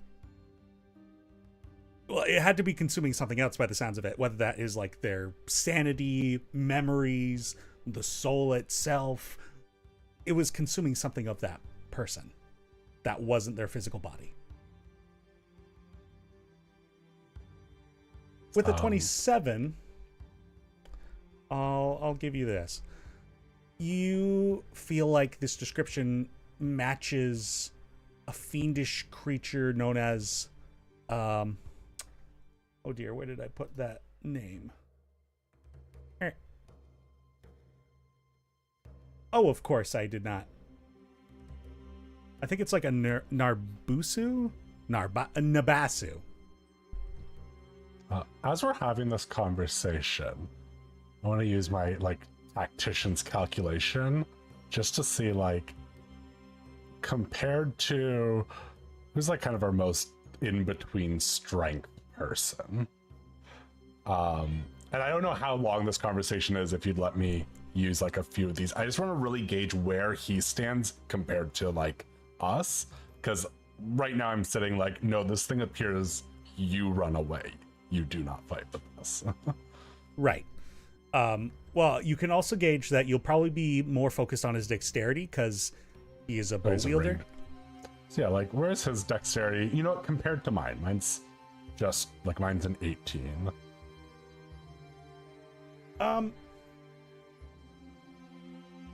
Let me do.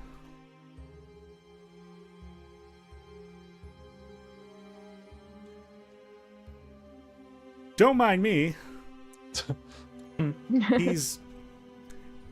He's not quite up to your speed. You have 500 years on this guy. And I was like, that's brave of you to have been able to fend that thing off. And I would not want to turn away help, and I realize that you care about your villagers in this situation. Whatever this thing that comes out is, I truly recommend running. The things that we have fought are beyond what you can comprehend.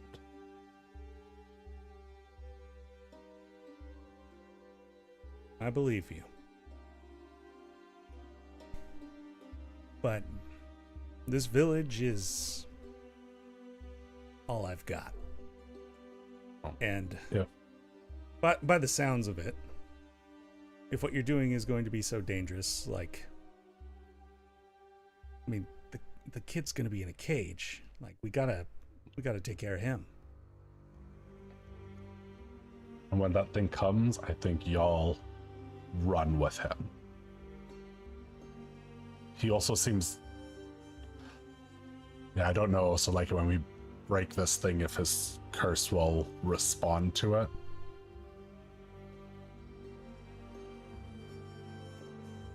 But I can't imagine that whatever appears will want him getting away. And will want any of this, you know, him making it out of this fine. So if you must stay, like, protect the kid.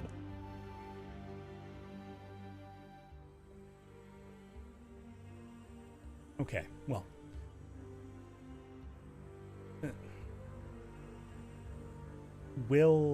Can you give me a definitive answer?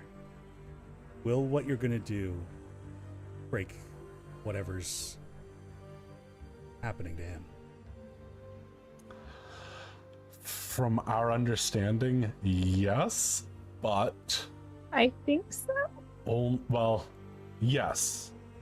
If we can defeat the thing that manifests from this curse.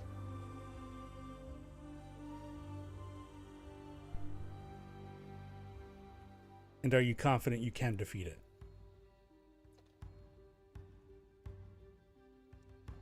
I mean, the only other option is for the next few months, you keep him in a cage, feed him. And I also don't know if you necessarily have past the next full moon to really deal with this.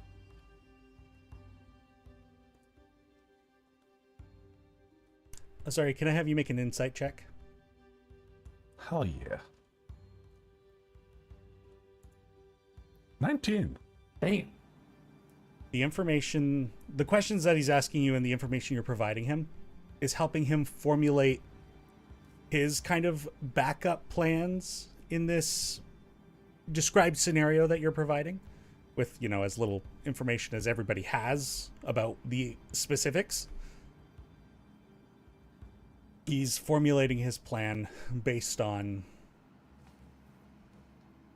your certainty and the fact that you have room that is uncertain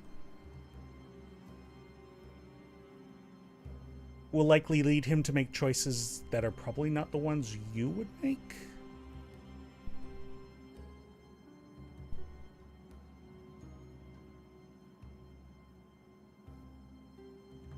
So it seems he has his own plan.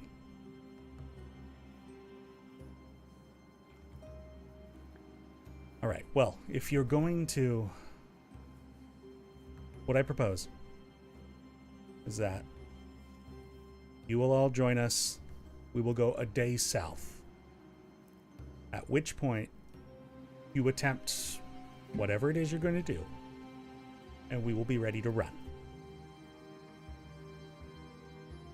Does that sound fine?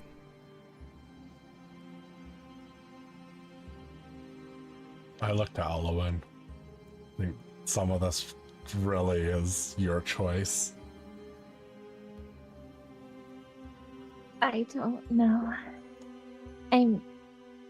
But when will we ever know? I will say I do believe that it may take more than one casting to break into that.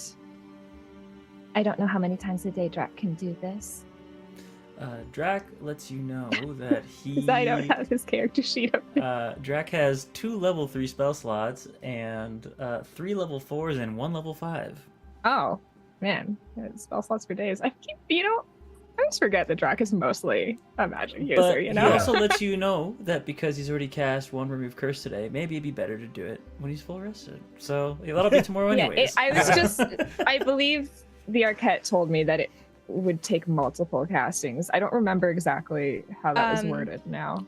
I have it up. As hammer strikes a stone, the first hit may not crack it. The second hit may weaken it, and the third or fourth may break the stone. So So, 3 to 4. man, we're gonna go into that fight with so few spell slots on his behalf. Well, All I right. can take it too. Like, It's fine.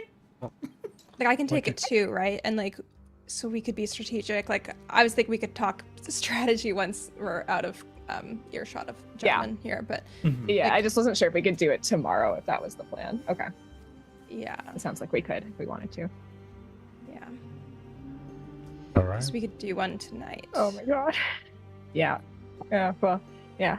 Actually, how many times have you had remove curse cast on this thing in the past? Have you had it cast on it in the past? Not on the totem. On a totem? Can we Oh, okay. take this conversation like to the Yeah, rooms? not in front of him. Yeah, we'll Yeah, say you so guys I had have this some things I conversation wanna say. later. Air dear, it's been Okay. a pleasure. Yeah, Lovely we're to gonna meet go. you. We're gonna go strategize, and we'll see you first thing in the morning. Goodbye. All right. Uh, Have a good night, all of you. Well, And he carries on. Actually heads into a nearby house. And you can... the faint scent of, like, a meal that has been prepared is wafting out. Right. gang, I also just had a thought. I could be wrong. Could be speculating too much here, but you said that we'd have one shot at this method. All right, so if we use this method on Garen, does that eliminate our chance to use it on Elowyn as well? Well, that's what I'm trying to figure out. And we don't know anything. We don't know Like- shit. So my question is, with that idea, what do we let them deal with Garen so we can cure Elowyn? That's a heavy ask of a person. Pretty heavy ask, but Obviously, Yeah. like I don't have like the meta knowledge of exactly what was said in the dream, despite my notes. But just like looking over it, was the impression that like this is like it removes the curse for whatever totem it's cast on, type of deal. I'll have to have Elowyn make the insight check. Oh. Can I help in any way? Sure, the fact that you're making her have to think about this. Like, I can just imagine, like, if, like, I was gonna use my inspiration if you weren't helping. Yeah, because like in the same way that I in real life like literally wrote down essentially word for word what was said, like I can imagine that's what I did. So I'm just kind of like trying to find any like insight or like inconsistencies in what she remembers. Okay. 18. And Azariah, you said you were going to cast guidance? Absolutely. Oh. roll that d4. Give us a 2. Let's fucking go. It's a 4. 22, BB. Okay, so sorry, restate the question to me. Basically, I'm trying to figure out like when they were giving this information to Elowyn, did they mean like cast it on your totem, it breaks the curse everywhere, or is it like if you do this process, it breaks the curse for that person for that totem? Like if we were gonna go through with this, do we need to just do it on Garen's totem? So, Elowyn, you got the sense that from the Arquette's description and the fact that she was only giving this information to you, is that this method will essentially break your pact. But that isn't to say it wouldn't work on anyone else, but that might be hinged on the facts. It might be a situation where if you succeed at breaking the curse for one individual, you've broken the curse for that individual. And then you could try again on another individual. But in a way similar to like alarm systems, say you were breaking in somewhere and you shut down the security system, you'd be able to get in unnoticed. But if you failed, the alarm would go off. So if you fail with Garen, it's likely you will not be able to try this method with anyone again. But I assume if we fail with him, we've died anyways. That's kind of what I was just about to say. And then this is Probably not the entire then the world same doesn't Balesville exist. predicament. Like, for all we know, people's brains are eaten in Balesville right now, but we did make a choice to go to a temple because that was the more important thing. It is the more important. Do we not save this man, this kid? Because if we mess this up, we then put ourselves in that same situation. Is there I will go anything- with what the group wants. I'm just putting that. That's a this great isn't- point. This is not me Yeah. trying to say Yeah. what we should do. It's just we've made a choice like this before, and No, I understand. I am so concerned about how strong this thing would be, even at a fraction of its power. Again, I'm just trying to like make sure we have all the information. So I'm looking at it. Like, was there anything to it? Like, I feel like my notes were a little bit like messy here, but it's like this piece of you seems to be tied to darker forces. Something. It would allow some of its magic to return to itself. Does it seem that like whatever avatar of the stranger comes through will be like as like will it vary in strength based on like what totem it's being called from? Like, would Elowyn's naturally be stronger because she's been cursed for longer? Or is that just, we don't know. I mean, all you can do is theorize at this point. It's like maybe some curses are more detrimental and required more power, so maybe whatever breaks out of the totem might be more powerful if the curse is like, you know, lycanthropy versus the inconvenience of being in a younger body for the rest of your life. Like, one is clearly more violent than the other. Yeah. I was just wondering if, like, I don't know, because it's had longer with Elowyn, if it would have more of a foothold, like it would be stronger or something. Well, and to add on to that, if the type of curse might affect its strength, it might also affect kind of how it manifests too. You're just gonna fight a bunch of kids? You're okay. That's what I was gonna say. Will We you call do Elowyn it? through. It's like that. Are you ready to punt some children? Isn't there like Always. a superhero villain that just has a bunch of babies like on his suit? Oh, I think it's like a so DC. diabolical. It's like I think it's like a DC Country, I'm villain. baby man.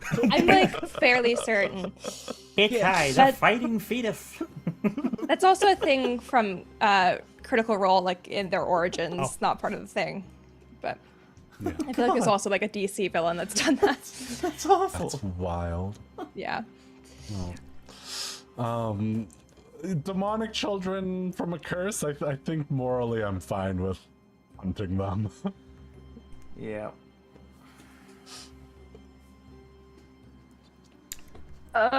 Just if they're babies that come out, we can just feed them the honey. Yours will be gone in a little perfect. You got a foolproof plan here. turns out the alchemy jug was the greatest weapon for the situation. Did you realize when you gave it to us that you were giving us the key to breaking everything, destroying this curse? Keep killing babies. bit. Botulism. Oh, team. Oh man. Have to laugh at dark times. Absolutely. And Drac pipes up.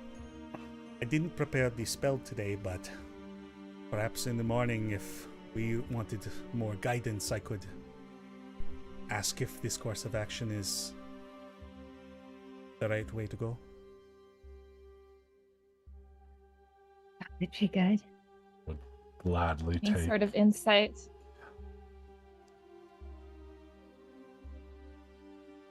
All right. So, if I'm not mistaken, I'm because I've made that decision on Anthony's behalf. I'm not going to spend his money. Because that spell will require 25 gold pieces. Oh, I'll spend it. I'll- Okay. Yeah, that's fine. I've got like 3,000 carats sitting around. We have so much money. All right. I have Cool, then. 4,800. Like, I have a lot of gold. I have 3,700. Yeah, so that's why I kept being like, anyone need anything? 'Cause I got 400 gold, but I've got 118 platinum, so that's also good. So, Ryan, since that's what the party is looking at, I'm going to have you unselect one of Drax's second level spells and replace it with Augury so he can cast that. I'll have you Okay. make that choice. Oh, fuck. Drac, I've never seen you use Gust of Wind. Sorry, buddy. That's tied to his class. You can't change the ones that have AP next to it. Fuck!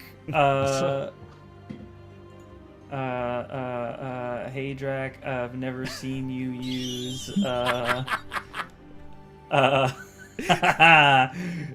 use all your spells. Dude, this man has so many spells. Warding Bond. I've never seen you use Warding Bond. Never in my life. Ooh, ole. Whoa. All right, now I'm making sure I go over augury so I can give a proper augurying. A proper augury. Well, you know what, actually. So, is there any conversations that you all want to have before you go to bed?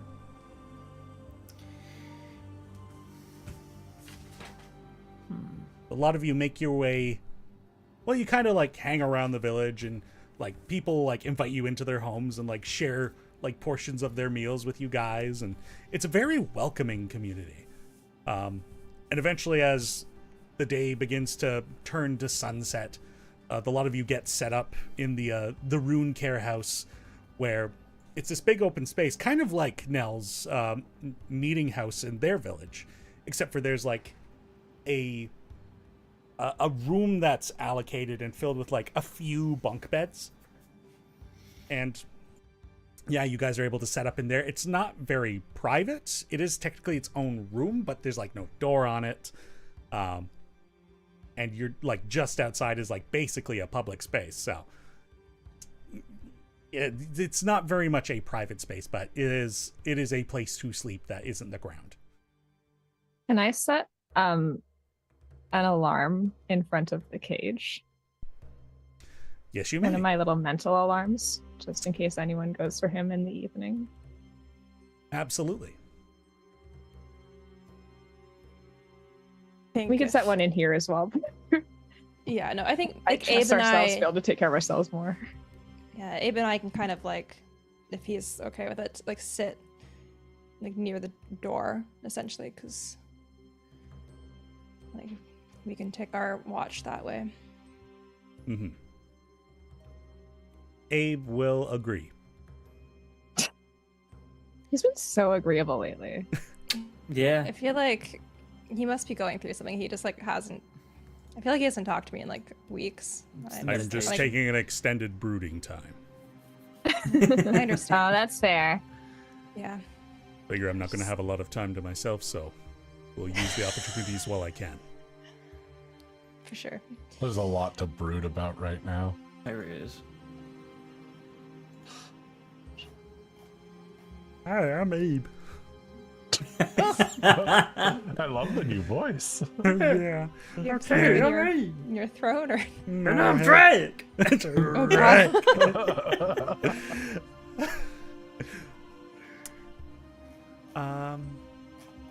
Now, can I have you roll a D100?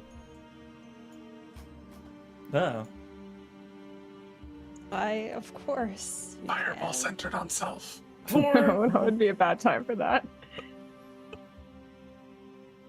I thought it was 69 at first, but it's 66. 66.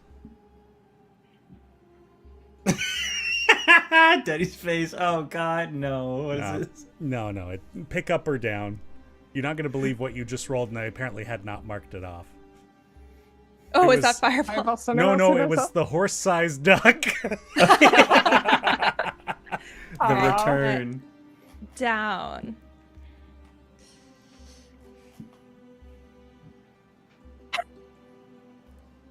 All right, very well. No. Half the fun of this game is just watching your reactions to these rolls. Yeah. Yeah. Oh, with that, unless anybody's going to have any conversations, I assume the one that you had with Ear Deer has actually happened here at this point. Yeah. A lot of you go to sleep, get your long rest, and in the morning, Nell, you feel pretty swole. And that's where we're going to take a break. What does that mean? Fuck yeah. It means you're going to have advantage on athletics checks for a few hours. Oh. Oh, that's pretty cool. Yeah. Okay. Good Okay. one. I just Okay. go, you like come out and like in the morning and I'm just like chopping logs like that really hot girl that lives out west. On I TikTok. know exactly Yeah. who you're talking Yeah, about. that's me. Yeah. I'm like helping the village and I'm just like sweaty and just like chopping and it's so hot. Yeah. Yeah, just muscles rippling. Yeah, you're welcome. Yeah. And it's just like a bunch of grandmas like, whatever you need, Nonas. Like, I got you. Oh, all right. Thank you everybody for being here. This has been a very interesting episode so far, and we're gonna continue seeing where this goes when we come back from the break. So stay tuned, and we'll see you all in a bit. Bye bye.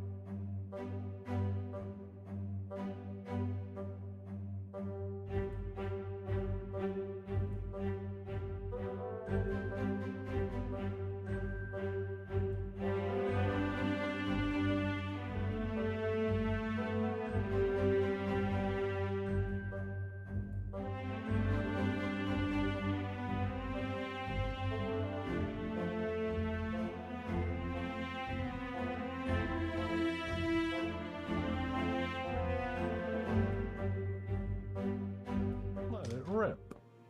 Welcome back, everybody. Logan's ready for Beyblades. And I don't know why. No, he just farted. Oh. What if you said that every single time before you're like, let it rip Let it rip. every time? Like, okay, thanks for the warning. Just when Wow. we're hanging out, I will now. Ole. All right. So we had a bit of a discussion during the break as well.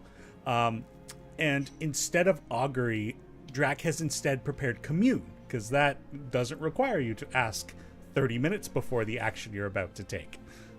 So, Azariah, you can also regain your money. That's so much math. All right, I'll keep It's not I'll even figure it worth it. out. I'm so rich. Who needs the 25 gold? So before our day There fully we go. starts, should I stalk remove curse? Do we want? I think Yeah. so. Absolutely, Yeah. yeah. Because Save I think some we want Drac to slots. split it between the two of you if we can. Yeah, Drac Okay, is okay. going to be using his only 5th level slot to use commune today, so. I thought you were going to say OnlyFans. Drac's going to use The his... Drac's OnlyFans? Drac is going to use OnlyFans. all of the spell components he got from his followers on his OnlyFans with his toe This picks. is what happens when you miss a session. Anthony, welcome back. You have an OnlyFans now. Don't give your characters to me. All right, this is what happens. Every single time. You have to stop doing this. Like, it's just, I don't know if this choice is in character. And like, Look, Abe is literally a car now. All right, I was him last session, so I don't. I think that's a warlock concept I heard where like you could take that concept of like the social streamer or the OnlyFans person, and your patron is the adoring fans. Oh, I love that idea. Oh. That's might my steal next that. character. I was gonna say I'm gonna do that. Yeah. Oh, wonderful. All right. Bard Warlock. So the next morning comes around. You all get your long rest. No alarms have gone off. Abe and Nell, you did not get disturbed in your meditation/sleep.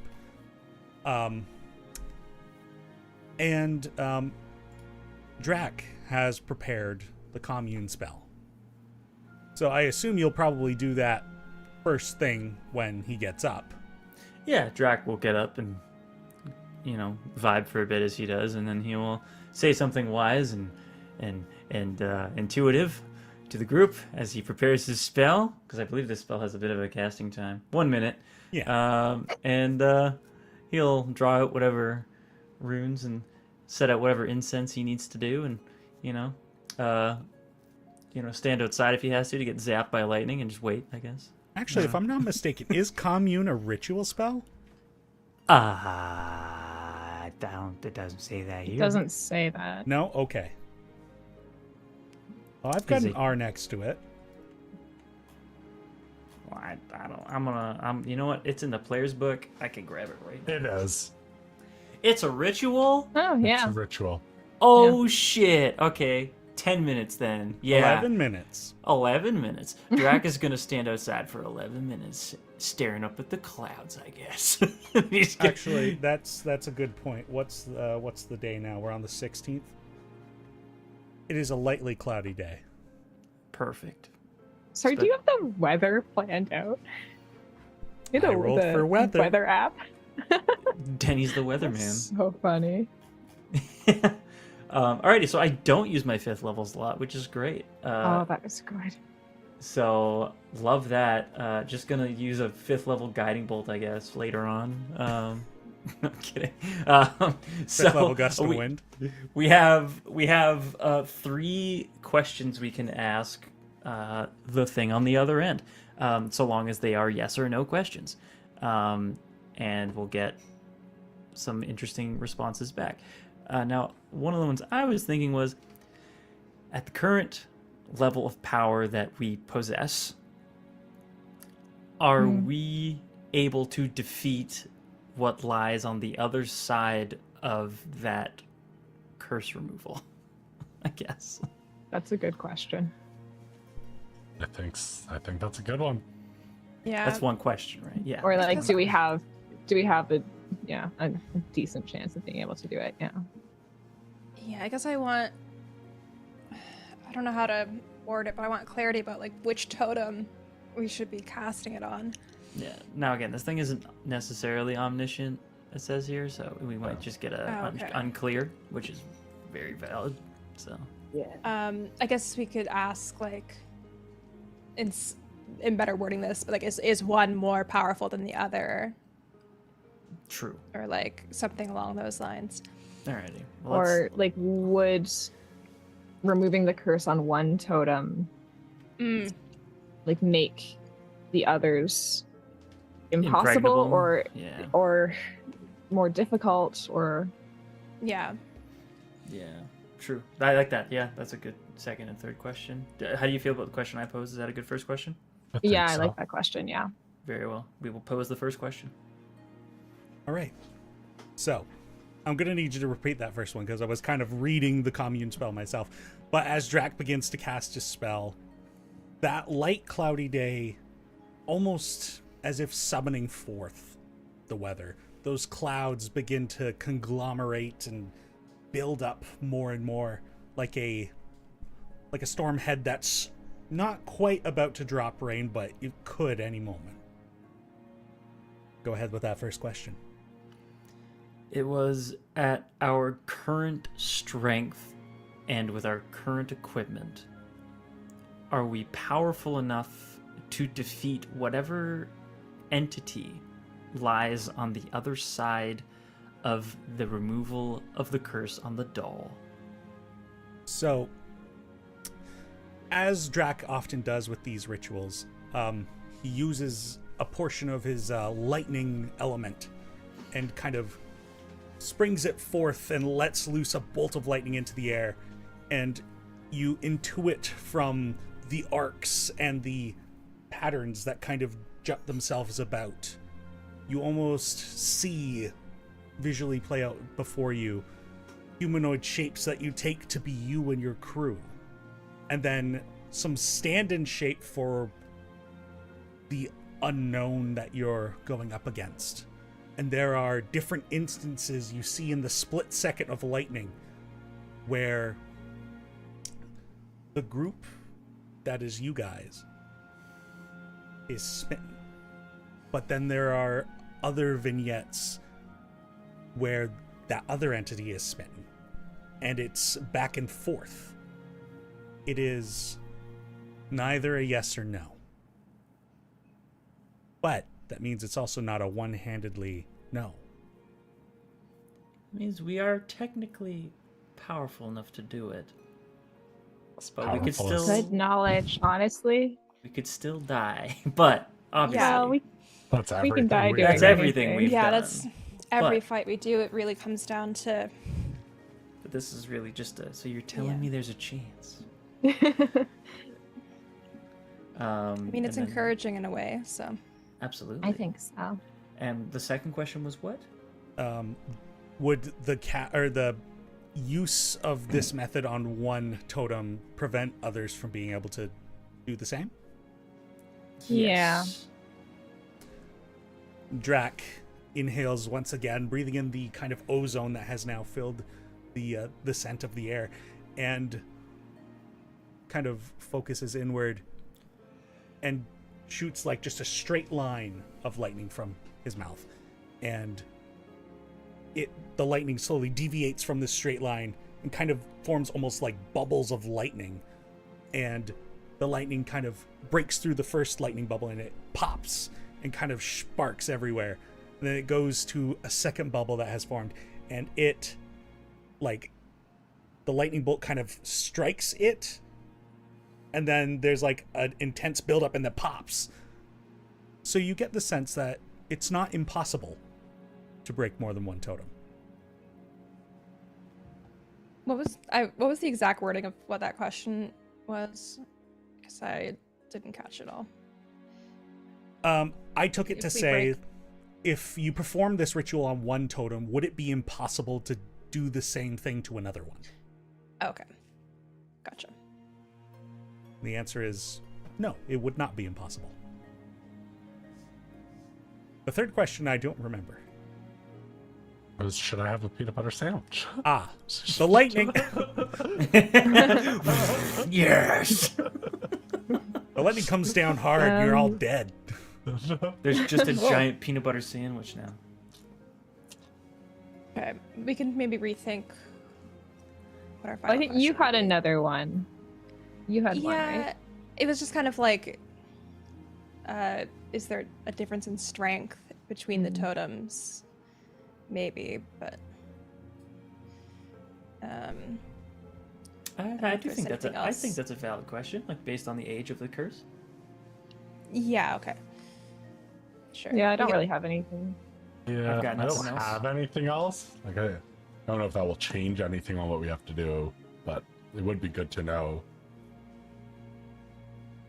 Sorry, I don't know. repeat. Should we clarify it as like based on the age of the curse? Is there a difference in strength, or should we just kind of generic say is there a difference of strength, and then just if it's yes, then we can maybe kind of theorize. I think just if there's a difference, because if there is, but it's not based on how long the curse is, and it's something else, like we've Yeah. learned nothing, but this way we Yeah. at least learn something. And I think, do we specify Garen and Elowyn, or do we just say between the two dolls, or whatever? Let's specify between the two because that's what we are currently dealing with. Because it doesn't help us to know that Yeah. like, oh, there's one out there that's really weak. Like it may not be the one that we have access to right now. There's one guy in like the Dunan Mountains, like his is a baby bitch curse, alright? He just The- babies, all you do is feed them. No, the that's honey. the stable guy. yeah, Yeah. all you gotta do is talk Yeah. to a horse, he's fine. Right? All you gotta do is put his tongue back in his mouth. That's it. So anyways, we will pose the actual question out of all of that discussion. All right, give me the word. Is there a difference in strength in the curses placed upon Elowyn and Garen? No, they're totems. Oh, they're specifically. totems. Yeah. Drac once again focuses in and tries to call forth the lightning. And finds himself snapping out of his trance as he's not able to summon the lightning. He intuits that Gideon, I'm going to have you make an insight check for Drac with his insight. This is the one time I can't ask you to roll an insight check. This is the one time. I was playing Anthony's character today. Maybe I'd get to pull that off, but no. You could do it. That's a 20. We like 20. Hey, Drac, insight yourself. So he could have taken this one of two ways, but what he interprets this as, he is not able to call forth the lightning, and there is, each totem has the same amount of power. It's equal. Okay. That's that. I suppose the question now is it worth the 50-50 shot of us all being slain by this?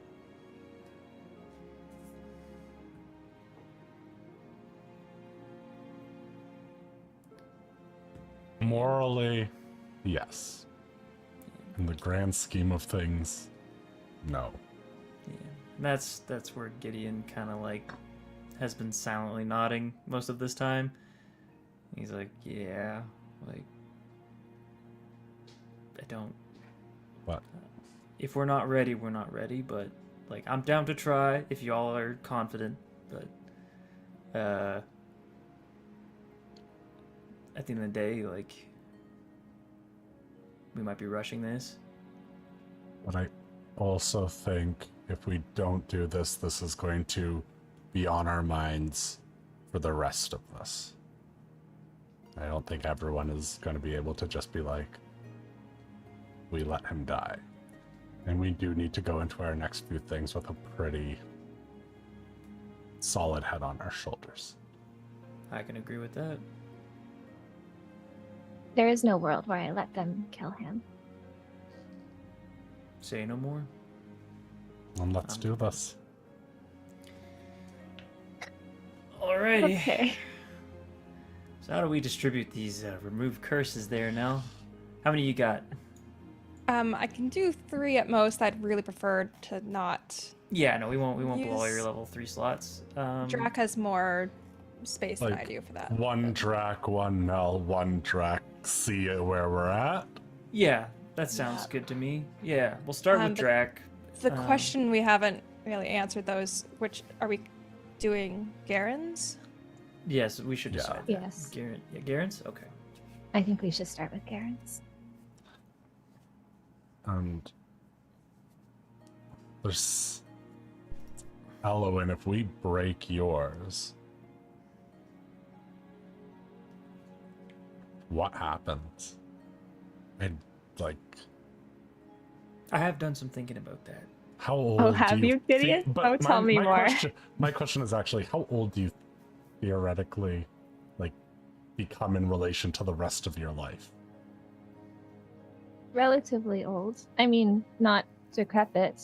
My sister True. still moves around. But My, old. my questioning was kind of along the lines of, would you still be able to travel with us? Knowing the things that we do. Should we have found my sister before this to figure that out? Because I don't know. I'm saying maybe we just... I hate to ask this of you. Hold off a little bit on doing 2 of these in a row. I do understand what you're saying, and I think as well this is a dangerous fight, and I don't know how many times we should be risking our lives. There is much greater things out there. But Garen is so young, and he has so much more ahead of him that I cannot let this stop him now. That's fair. I mean, I had suggested breaking him out, so I was always kind of on board with not letting him die. And sorry, the little bit I have to contribute is that if you don't jump to being 300, then we've seen ghosts. Azariah can vouch. You're a few years older. Yep. Yeah, That's yeah, an idea. Thanks for reminding me. Yeah. I mean, hey, don't worry. You're still gonna outlive me by a big long shot. Don't worry about it. Let's focus on Garen for now. That's fair. So, as a lot of you get yourselves together and pretty early in the morning, and Erdir is outside, kind of in the central area of the village. Good morning. Hope you rested well. I don't know about you, but I'm a little nervous. Seems to be Yes. going around. Mm-hmm. Well, I don't believe we want to do this here in the city. No.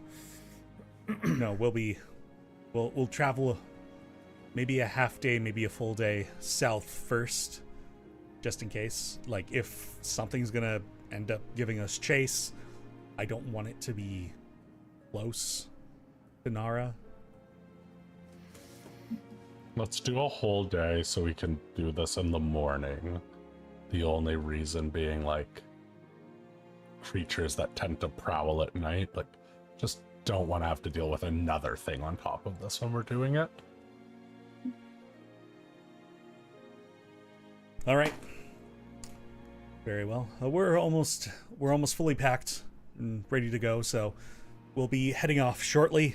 You can throw some of your stuff on the wagon if you so need to. Yeah. All right. I'm gonna get everybody together. And he walks off to a bunch more of the villagers who seem to have gathered themselves up. A few of them with weapons and leather armors mostly. Like, these aren't... They're not even... I wouldn't even call them a militia, but... Did we even bring them? I think if we're focusing on the main thing and it And they're tries to, focusing like, on keeping chase him after... Yeah. Okay. Also, And- something goes wrong with Garen while we're dealing with this. Like if he turns for any reason or another, they can hopefully apprehend him. That's true. As the lot of you are talking amongst yourselves, you didn't quite hear her coming up amidst the conversation, but oh dear, Udlal kind of sneaks up on the lot of you. Good morning. I'm glad I was able to catch you before you left. I've made you this, and she produces like a little tin, and she pops it open, and it's got this like delightfully almost minty kind of smell. This one's not really anything typically medicinal, but it's kind of a emotional relaxer, and I personally find I pour a lot of my luck and my heart into these. So if ever you find yourself going into danger or need a little more support, just perhaps like put some on your forehead or between your hands. But yes, it's a gift from me to you. Thank you. Yeah. So kind of you. Feels like we will need this today, in fact. Yeah.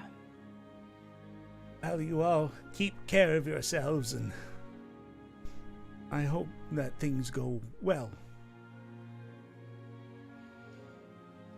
Me too. Yeah. All right.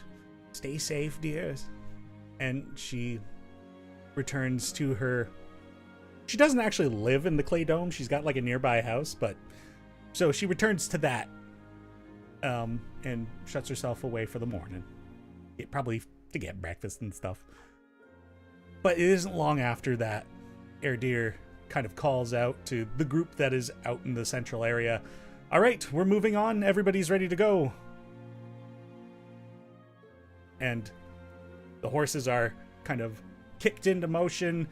You all can arrange yourselves either on the wagon, or there are a couple of horses that are also brought to you guys. Like, we don't have a lot of them, I'll summon Baru. and a few of the other warriors like, whoa, oh, like a lot of them are just like, Yeah. wow. And Yeah. I guess I should warn people. you have a giant dog. I do. I'll go become a deer again. It feels like we have not explained the full extent of our power to these people yet, so it's a nice like little showcase. No. I just shoot stuff. Baru turns into a giant duck, and we carry on. Surely he would be immune to bullshittery of that nature. Or like he would Oh. have his own or something, you know.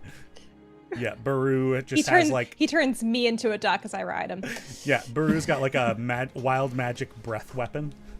Oh my Oh, that would be God. so cool, actually. That'd be so That fucking would be sick.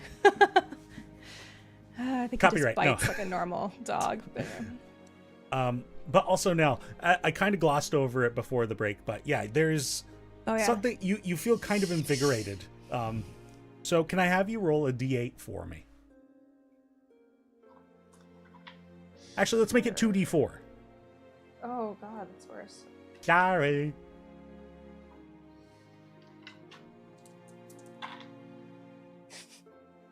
A 1 and a 2. All right, your swole feelings will last for 3 hours. Oh man. Just like pick up some big logs along the way. Drop some Yeah. logs. Yeah. Well. I guess like I'll just do bicep curls while I ride.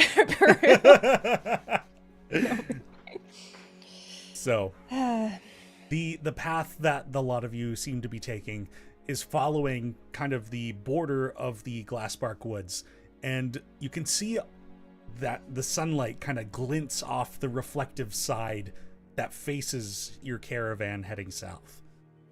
It is strange to see a forest reflective like that, but the day carries on, and those of you who are on horses have a better view, but Garen in the back of the wagon seems quite anxious himself, and like occasionally you catch him like looking towards you guys, and he'll quickly look away and just kind of like eyes forward. And let's see. Could I have Logan? I'm gonna have you roll a d4 for me. The worst number. Oof. 1. All right. And who out of the 4 of you has the highest passive perception? Drac probably would. Well, I'm only gonna get Out the of- 4 of you. Oh, I fine. have Mine's a- 16. 16 for Mine's me. also 16. Oh my God. Elowyn? 13. It's too Well. bad for you. In that case, and actually story-wise, is quite thematic. And because Logan only rolled a 1, I was only going to have one of you do this. But since there's only one Elowyn, I'm going to have you make a perception check now, with advantage. But didn't we just learn that I'm bad at these? Yes. But I'm giving you advantage. 22. Oh, big advantage. So, you having clearly displayed, at least in my personal opinion, a lot of the most concern for Garen and his situation, you have kind of like made sure to like keep checking on him and like kind of figuring his state, if he's okay and whatnot. And as you kind of check in on him, you detect that same scent that Udlal had given you guys that tincture. It smells like he's got some of that too, and he might have put it on. Bilal, give that to you. Give you this elf. He like looks over to you slowly. Yeah. How's it working? Well, I don't feel exactly calm, but I'm hoping it is lucky.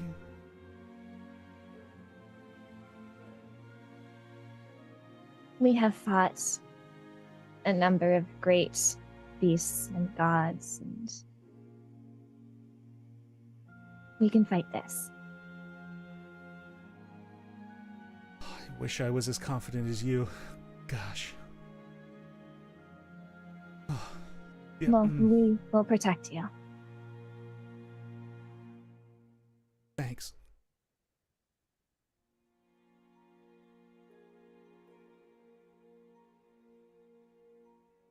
I really hope there comes a time when I stop needing to be protected. I feel so useless. Well, not that this might matter for much longer. You are young. There is so much growth to be had. And this thing that you are afflicted with is... I have seen people go mad from it. You are here, and you are fighting today. And that is incredible bravery.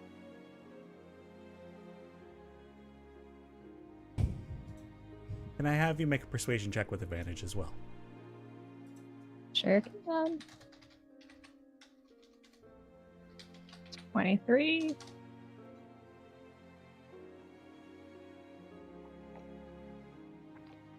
Thanks. I don't know if I ever got any of your names. I did tell you my name, but it's Elowyn. Oh, I'm... Gosh. That's okay.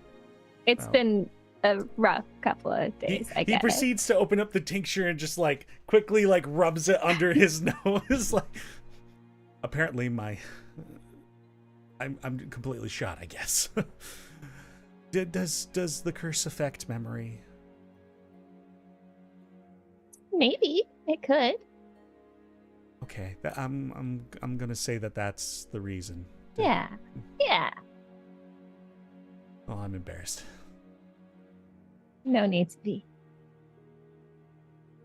Thanks. And he just kind of like, he does seem a bit more relaxed now. And also very smelling of that tincture. But yeah, no, he seems to have kind of cooled down a little bit thanks to you. You may have a point of inspiration, but I believe, I already have it. well, Someone else Seems need like- one? Drac needs one. Take it. Anthony, you gonna fucking thank me for that one, brother? brother. So, the lot of you carry on with the trip. Just gonna go here. And you guys begin to veer a bit southwest. There isn't really much in the way of roads, just kind of some paths that have been beaten down a couple of times, but they've clearly not been well traveled. They're more like animal migratory paths in most cases, like they kind of come back from the season that they weren't traveled on, but then they get walked back. But any case, so it's a bit of a bumpy ride. But the day passes on, and the lot of you set up for camp. And Erdir comes up to Gideon. So I noticed that you have a few, like, what are those called? Firearms? Yeah, firearms, guns. Yeah, we got a few names. Cool. I've not really seen any of that stuff. Like, I knew that some of that got used during the Battle of Burl Bar, but I mean, since we came out here, we've been kind of out of touch. But Well, these things are mighty dangerous. They've only gotten more powerful since the Battle of Burl Bar. Gideon will take Death of a Salesman off of his back, and he'll hand it to him and he'll say, as you notice, this is a lot bigger than, he'll pull out the pistol. This one was originally one of the ones that was at Burl Bar. He'll start like gun nerding out a bit. yeah, Because like he's like not really had the opportunity to do that apart from when being at DNR. So he does like have a little bit of knowledge of the history of firearms, but he's not like a history buff, but he knows a little bit of stuff about guns because he has to. So it's good to be able to just like let it out sometimes. So he will inform this gentleman about a brief history of firearms and their sort of use in around the Ascendancy. Yeah. dang. How old are you? 27. That is impressive. Well, I mean, I didn't do all that. I just I just bought them and shoot them. Is it that easy? Well, no, you got to be good at shooting them. It's like a bow, but not, right? You buy a bow and shoot a bow, but some people are really good at shooting bows, right? Well, all right. If that's the case, then I'm not gonna ask you to like show me what they do or anything, but It's and he very takes- loud. He takes the bow off of his back. Perhaps you can at least show me like your skill with the bow. And he hands you Yeah. his bow, and he hands you an arrow too. Sure. Yeah. No, I've used to use these when I was a kid. So he lines up a shot and fires a quick little arrow. Sure. What kind of thing will you be searching for to shoot at? Actually, Gideon will ask him. He'll say point somewhere. All right. And he looks around, and you guys are still kind of on the forest line, and he sees a tree with a hole in it. Get it in the hole. Sounds good. Yeah, Gideon will line up Now the li- shot. Listen, I'm not expecting that you'll get it. It's going to be a hard shot, but man, would it be cool if you did? It'd be pretty cool. Well, at least these things don't jam, and he'll take a shot. I say that now. It fucking crit fail of the bow. It just like goes backwards. Red number pack strikes again. Yup. Oh, jeez, what's my thing? I'd have a plus 11 with that. I'll just roll my Winchester die, because that is the same plus. So, wacha! That's a 23? As you line up your shot, and it's been a while since you've had to use a bow, but Yeah, It's since the kind of- first episode. Really? I used a bow at the contest. Yes. Oh. Punch my microphone. That's awesome. So you line up your shot, and it's like riding a bicycle. It just comes back to you all naturally, and pull back your shot, and it's like you didn't even spend too much time lining up. You just like basically raise up, pull back, and fire. And it almost didn't get into it, but like it like nicked off the edge of the hollow and like bounced in and hit your target. Wow. Gideon hands his bow back to him. And he just like wordlessly like takes it back and he's just like staring. The arrow will start floating back with an unseen servant. Don't forget to claim your arrows. Thanks. Wow. And he just seems like at a loss of words, and he just kind of, thanks for that. That was cool. Of course. And he just kind of like walks away and he's clearly thinking about stuff now. But for the most part, the lot of you get yourselves together, get into bed. I'll set up Azariah. alarms around the camp. Yep, fair. Oh wait, are we gonna cast any remove curses before bed? Now, Seems I will, Elowyn, based on what you've been told by the Arquette, these castings have to be in succession. Oh shit. Okay. So it's not like Good you can to know. cast one, wait a while, and cast another one. This has to be bam, bam, bam. Possibly bam. Maybe even bam. Who? Okay. we hope Two more not. bands. Bam, bam, bam. I wish that was the case, but alright. Cool. Are there any conversations that want to happen before you call it a night? There's Erdir here. Of course, Garen's still in his cage. There are a few random fighter types, but unless you talk to any of them, I'm not going to name them. I want to know all I wanna know all of them. Yeah, what are all their names? One We've by one. got Hello, my name's Dexter and Elowyn. Bethany. Have a minute. In fact, I want to know their life stories and how they came to this very moment. When I was a young warthog. Oh, I was once a warthog, and then I become a warthog.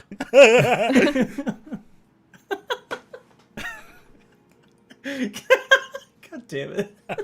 I am 30 to 50 feral hogs. It's alright. How am I going to protect my children when 30 to 50 hogs? Anyway. Man. But Gideon has guns. Yeah. Wow. Oh god. Oh. First shot jams. Don't say that, man. Overwhelmed by hogs. Don't wish that into existence, okay? It'll happen. My luck with these guns has been so bad. Well, unless I any think, conversation. Oh, go ahead. I'm not gonna force a conversation. I'll just be like around if anyone wants to talk to me. But I'm gonna play some violin Yeah. so I don't go rusty. Gideon will play flute along with you. Oh, guys. That's so sweet. Well, I think I'm gonna gather everyone and just like kind of talk through like what I know of the stranger to them, and I'll be like, this, not that we don't believe that this is going to be the full brunt of what it is, but to like, especially like around curses and making deals, like especially like watching your wording, and if it tries to speak to you, don't like, I think I'll kind of like rally the troops around that kind of information. Oh, Just to Um, yeah. Although we shouldn't really be bunched up, but if you're near me, at least you can't be frightened. I don't know if that'll It's actually so applicable. valuable. That Yeah, feels I extremely applicable. I can also like cast heroism on a few people too ahead of time, which would give you advantage against being, or no, it would make you immune to being frightened. So yeah, if anyone wants that. So I don't know if we all want to stand within like a 10-foot radius of me. It's the one detriment to it, but I mean, if that's the case, I'll take a heroism. How many people Yeah. can you put that on? if I cast it at third, I can do 3. So Is it 2 if you cast it at second? yeah. Oh. Like maybe I can do it on like Gideon and Elowyn because you guys are usually further away. It is concentration though, so I won't be able to do any other sort of concentration stuff. But And it does only last a Nice. minute. well, I wouldn't. I'm not doing it That's now. It'd be so during. In I'm talking battle. about like for like the fight, just strategy wise, like Right. what we would have available to us. So yeah, so that's an option I can have for you guys. If things seem scary, that sounds like a good one. I think so. I know this stranger. Things will be scary. But yeah, Maybe if the he'll just concentration wanna play breaks, some dragon chess. yeah, Don't play dragon Yeah, chess. we with the play, stranger, and then you'll get you- your ass kicked. Ria uses their rules, and it frustrates the stranger so much that they explode. Well, if the stranger's stuck in the wild, or they've been stuck playing my rules. Oh, damn. I'm not stuck in here with you, you're stuck in here with me. Yeah.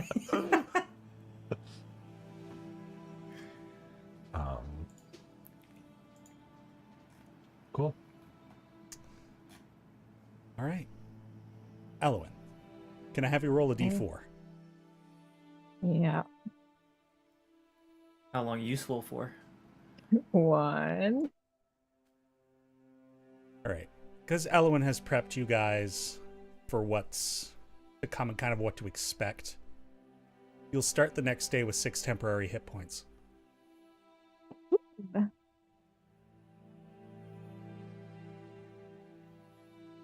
It scares me that you think we're gonna need that.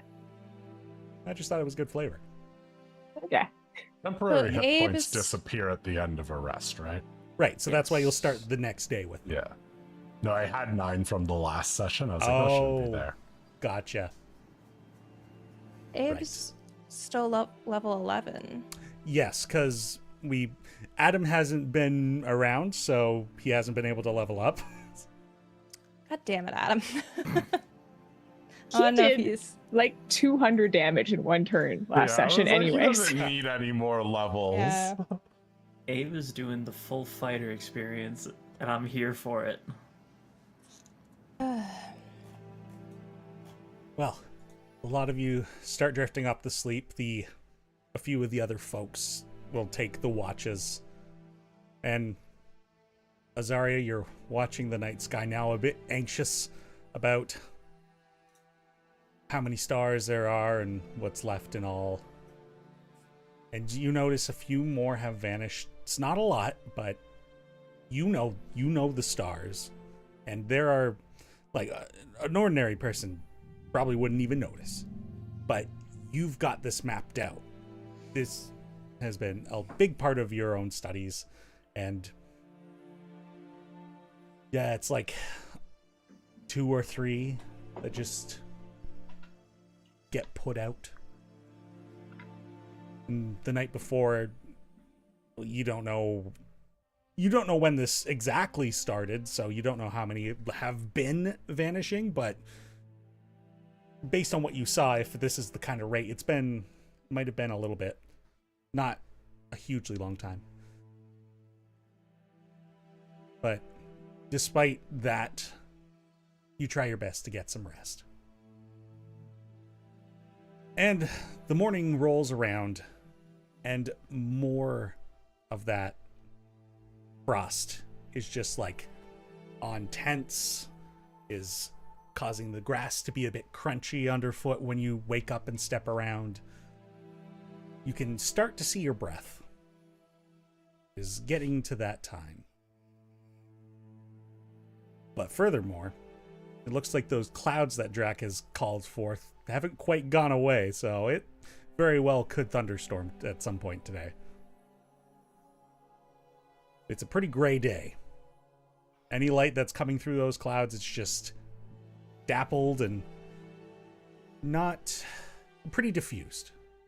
It feels like a pretty gray day all around, considering everything that's going to happen, what you think is going to happen. The world is almost reflecting your mood. And Eridir approaches the group of you. All right, so what should we do? Where are you going to do it? How? Tell us what to do. There seems as good as anywhere.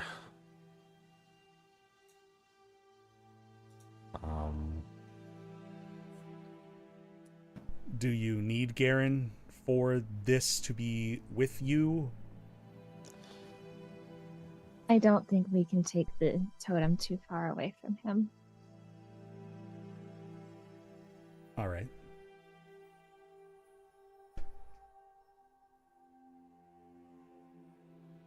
Well.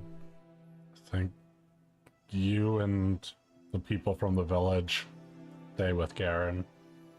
We'll go as far as we can with this totem. And be ready for anything. All right. He pulls from underneath his shirt this, like, looks like a small vial, and it's like lightly glowing. And he kind of just pulls the string, and it just kind of snaps from around his neck. And he hands it to you, Azariah. This, take this with you. I think maybe you'll need it. It's, my wife gifted me that. It's supposed to be good at, you know, kind of warding off bad spirits, so do with that what you will. And he kind of just walks away. I will return this to you. Sorry, it's a vial? Yeah, it kind of looks like a vial filled with like a luminescent liquid. Am I supposed to drink this? Can I have you make a religion check? Never Arcana. 19. Dang. You get the sense that this is some like holy water charm of some kind. It'll, in a single instance, when you are either targeted by an attack or by a possession or by a charm or frighten, as per the conditions of the protection from evil and good spell, this will protect you from one instance that spell would normally protect you from, and after which point it will be no good. I hand this to Elowyn with the idea that like charm is on that of like a thing. I was like, you're the person I'm most terrified of fireballing me or something. I am fairly confident in my mental abilities, but if you would prefer I have it, I could take it. If it's brain smarts that they're trying to overcome it, no one has either of us And beat. But if it's like We're fine. the getting like, we're not talking. I'm Faye. It's hard to charm me. I could keep it then. I have some tricks up my sleeve. Watch me get possessed. I'll trust But I you. think I You have know your some- abilities. Oh, he's about to get spicy.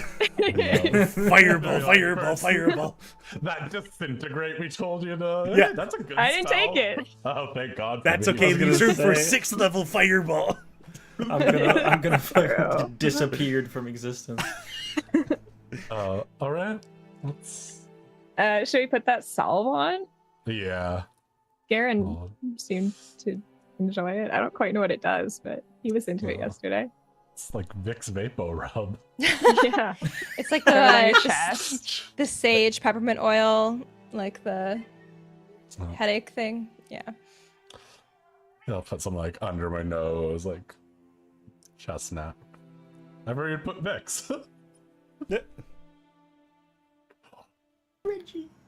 Reggie, where should I put the Vapo Rub? Speak, Reggie. He us says, what to I do." hate anything stinky, so you should put it far away from me. His stupid face. He looks so unpleased. He's like, Put me down. this isn't what I wanted. No. His Majesty. Nar.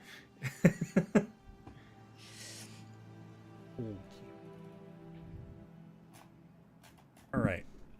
So, how are you preparing yourselves? What are we doing? What does this salve do exactly? Smells good. We don't know. Brings good luck. Okay, great. Cool. Yeah, throw it on. You Um, detect no magic from within it. Okay. Love that. Gideon will approach the party at one point and say, all right, so what do we think? Fire damage, cold damage, radiant damage, or normal damage? Do I have any? I mean, I would guess that things like trying to frighten it, even perhaps things like psychic damage may not be more, but do I have any sense Can of I what have I think? you make a religion check? I'll let you do it with advantage because you've spent 300 years trying to figure out the stranger. Thinking about this? Cool. Thanks. 28. Woo! If the stranger is in fact a fiend, Hmm. cold and fire are probably not going to do very good. Yep. It varies on the type of fiend, but radiant might be extra useful, or it might just be normal useful. I'll take normal use. Yeesh. Radiant sounds like the safe bet. Yep. Well, I'll leave it the way it is. Stock up my then. radiant spells. Oop, I'm done. Yeah, Gideon hasn't switched it off radiant since we fought the If mummy. this thing emerges from the totem, you have like melee fighters up close to where this is being casted. Elowyn, Gideon in the back, me in the middle. Yeah, our usual spots. Yeah. Drac in the middle-ish. Right? All right. So, who's performing the first casting? That'll be Drac. Drac. Yeah. Okay. So, expend a spell slot level for remove curse for Drac. That's a third level spell slot. So, All of this is going on. I am going to take on my starry form. The arrows appear on my, like the marker appears on my cloak. Yep.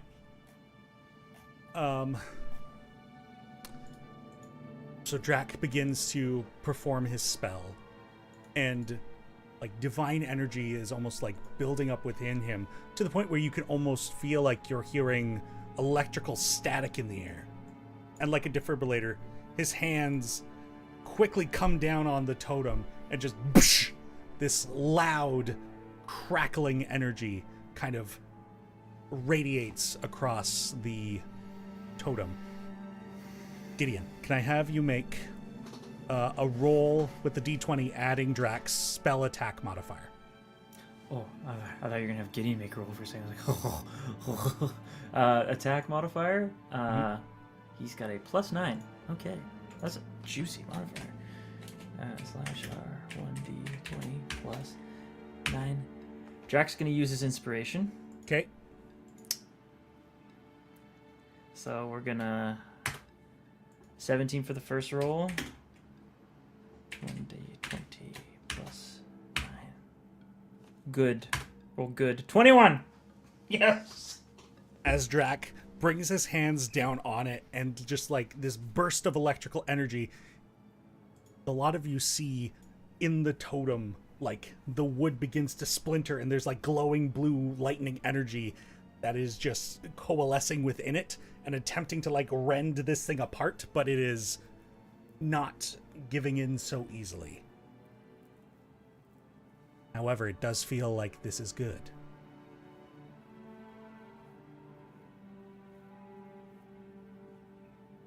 It is not destroyed, I don't want to leave. though. Yeah, I don't leave too much time in between, just in case. So I'll like move in and I'll cast the next one. All right. Would you like to give me some flavor as to what your remove curse might feel like? And then I'm going to have you roll a d20 to see if you wild surge.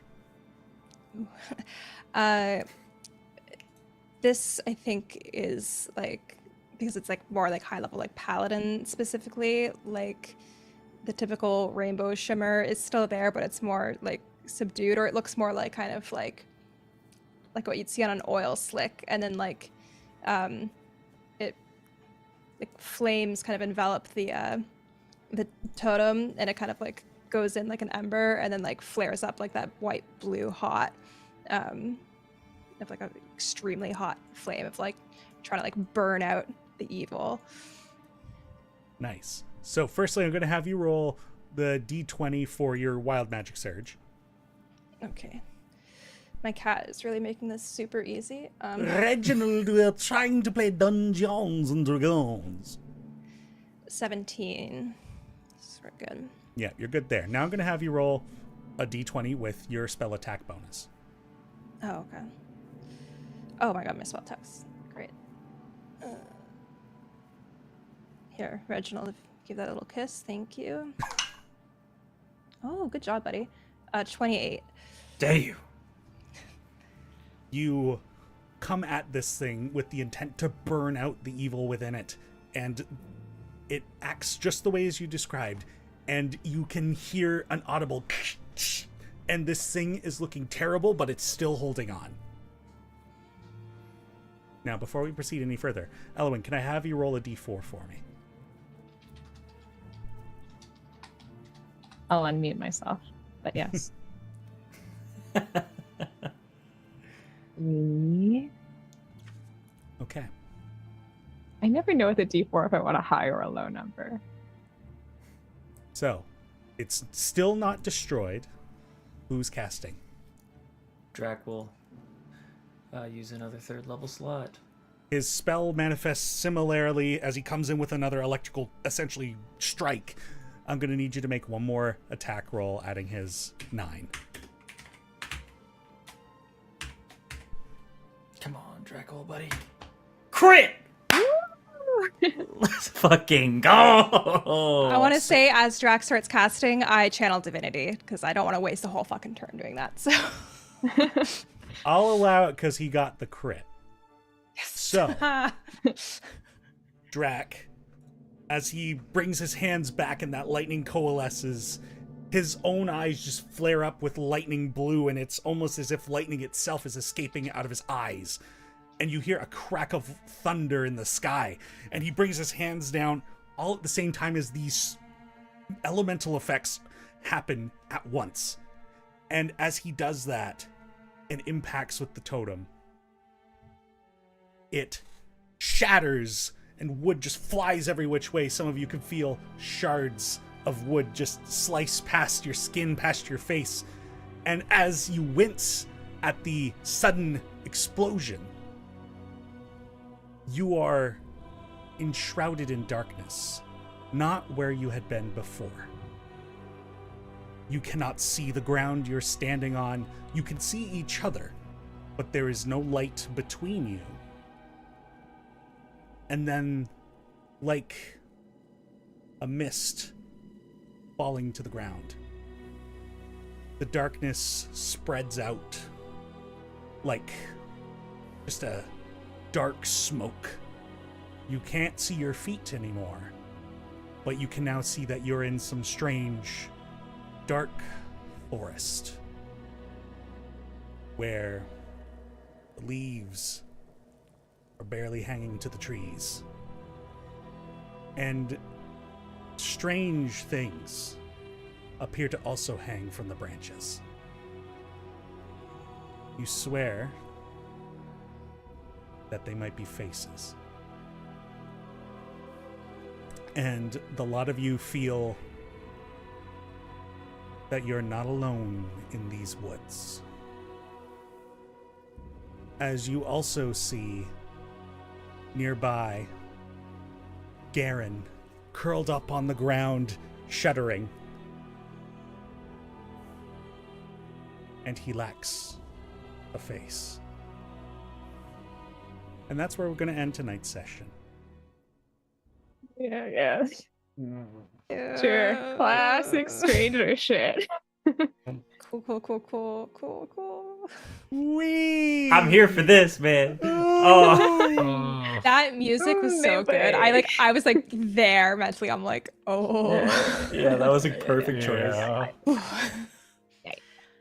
I'm so excited to do this fight. I'm pretty sure Logan's not going to be here next I'm session. not here. No! Next No! session. God, this is the one I really want everyone. Weird Just other quit your round job, fight. dude.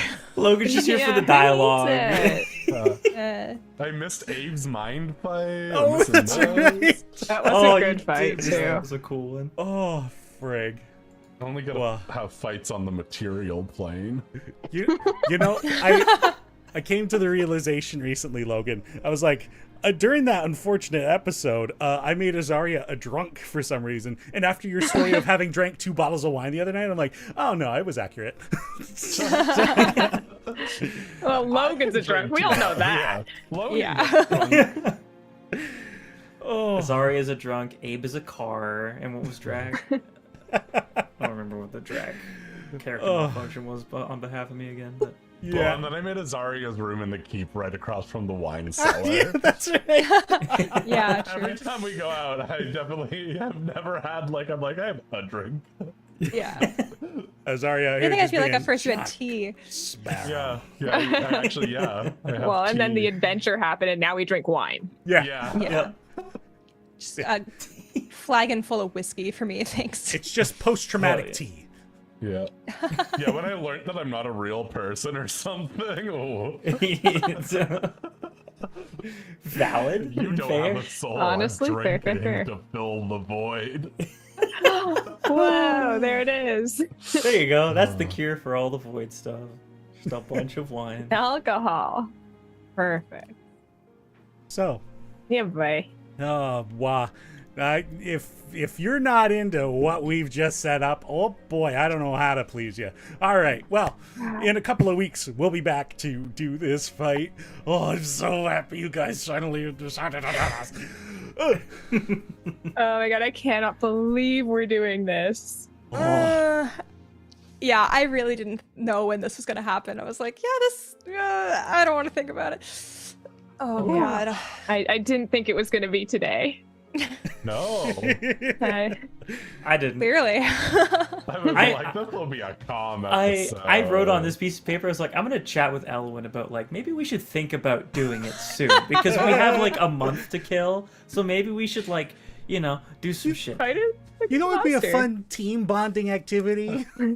At least- Fighting the demons within you. Well, at least we found someone to test us out on first. Because imagine if Elowyn had no face. Yeah, that'd be bad. Oh, that would be so scary. Oh, gross, yeah. Well, yeah.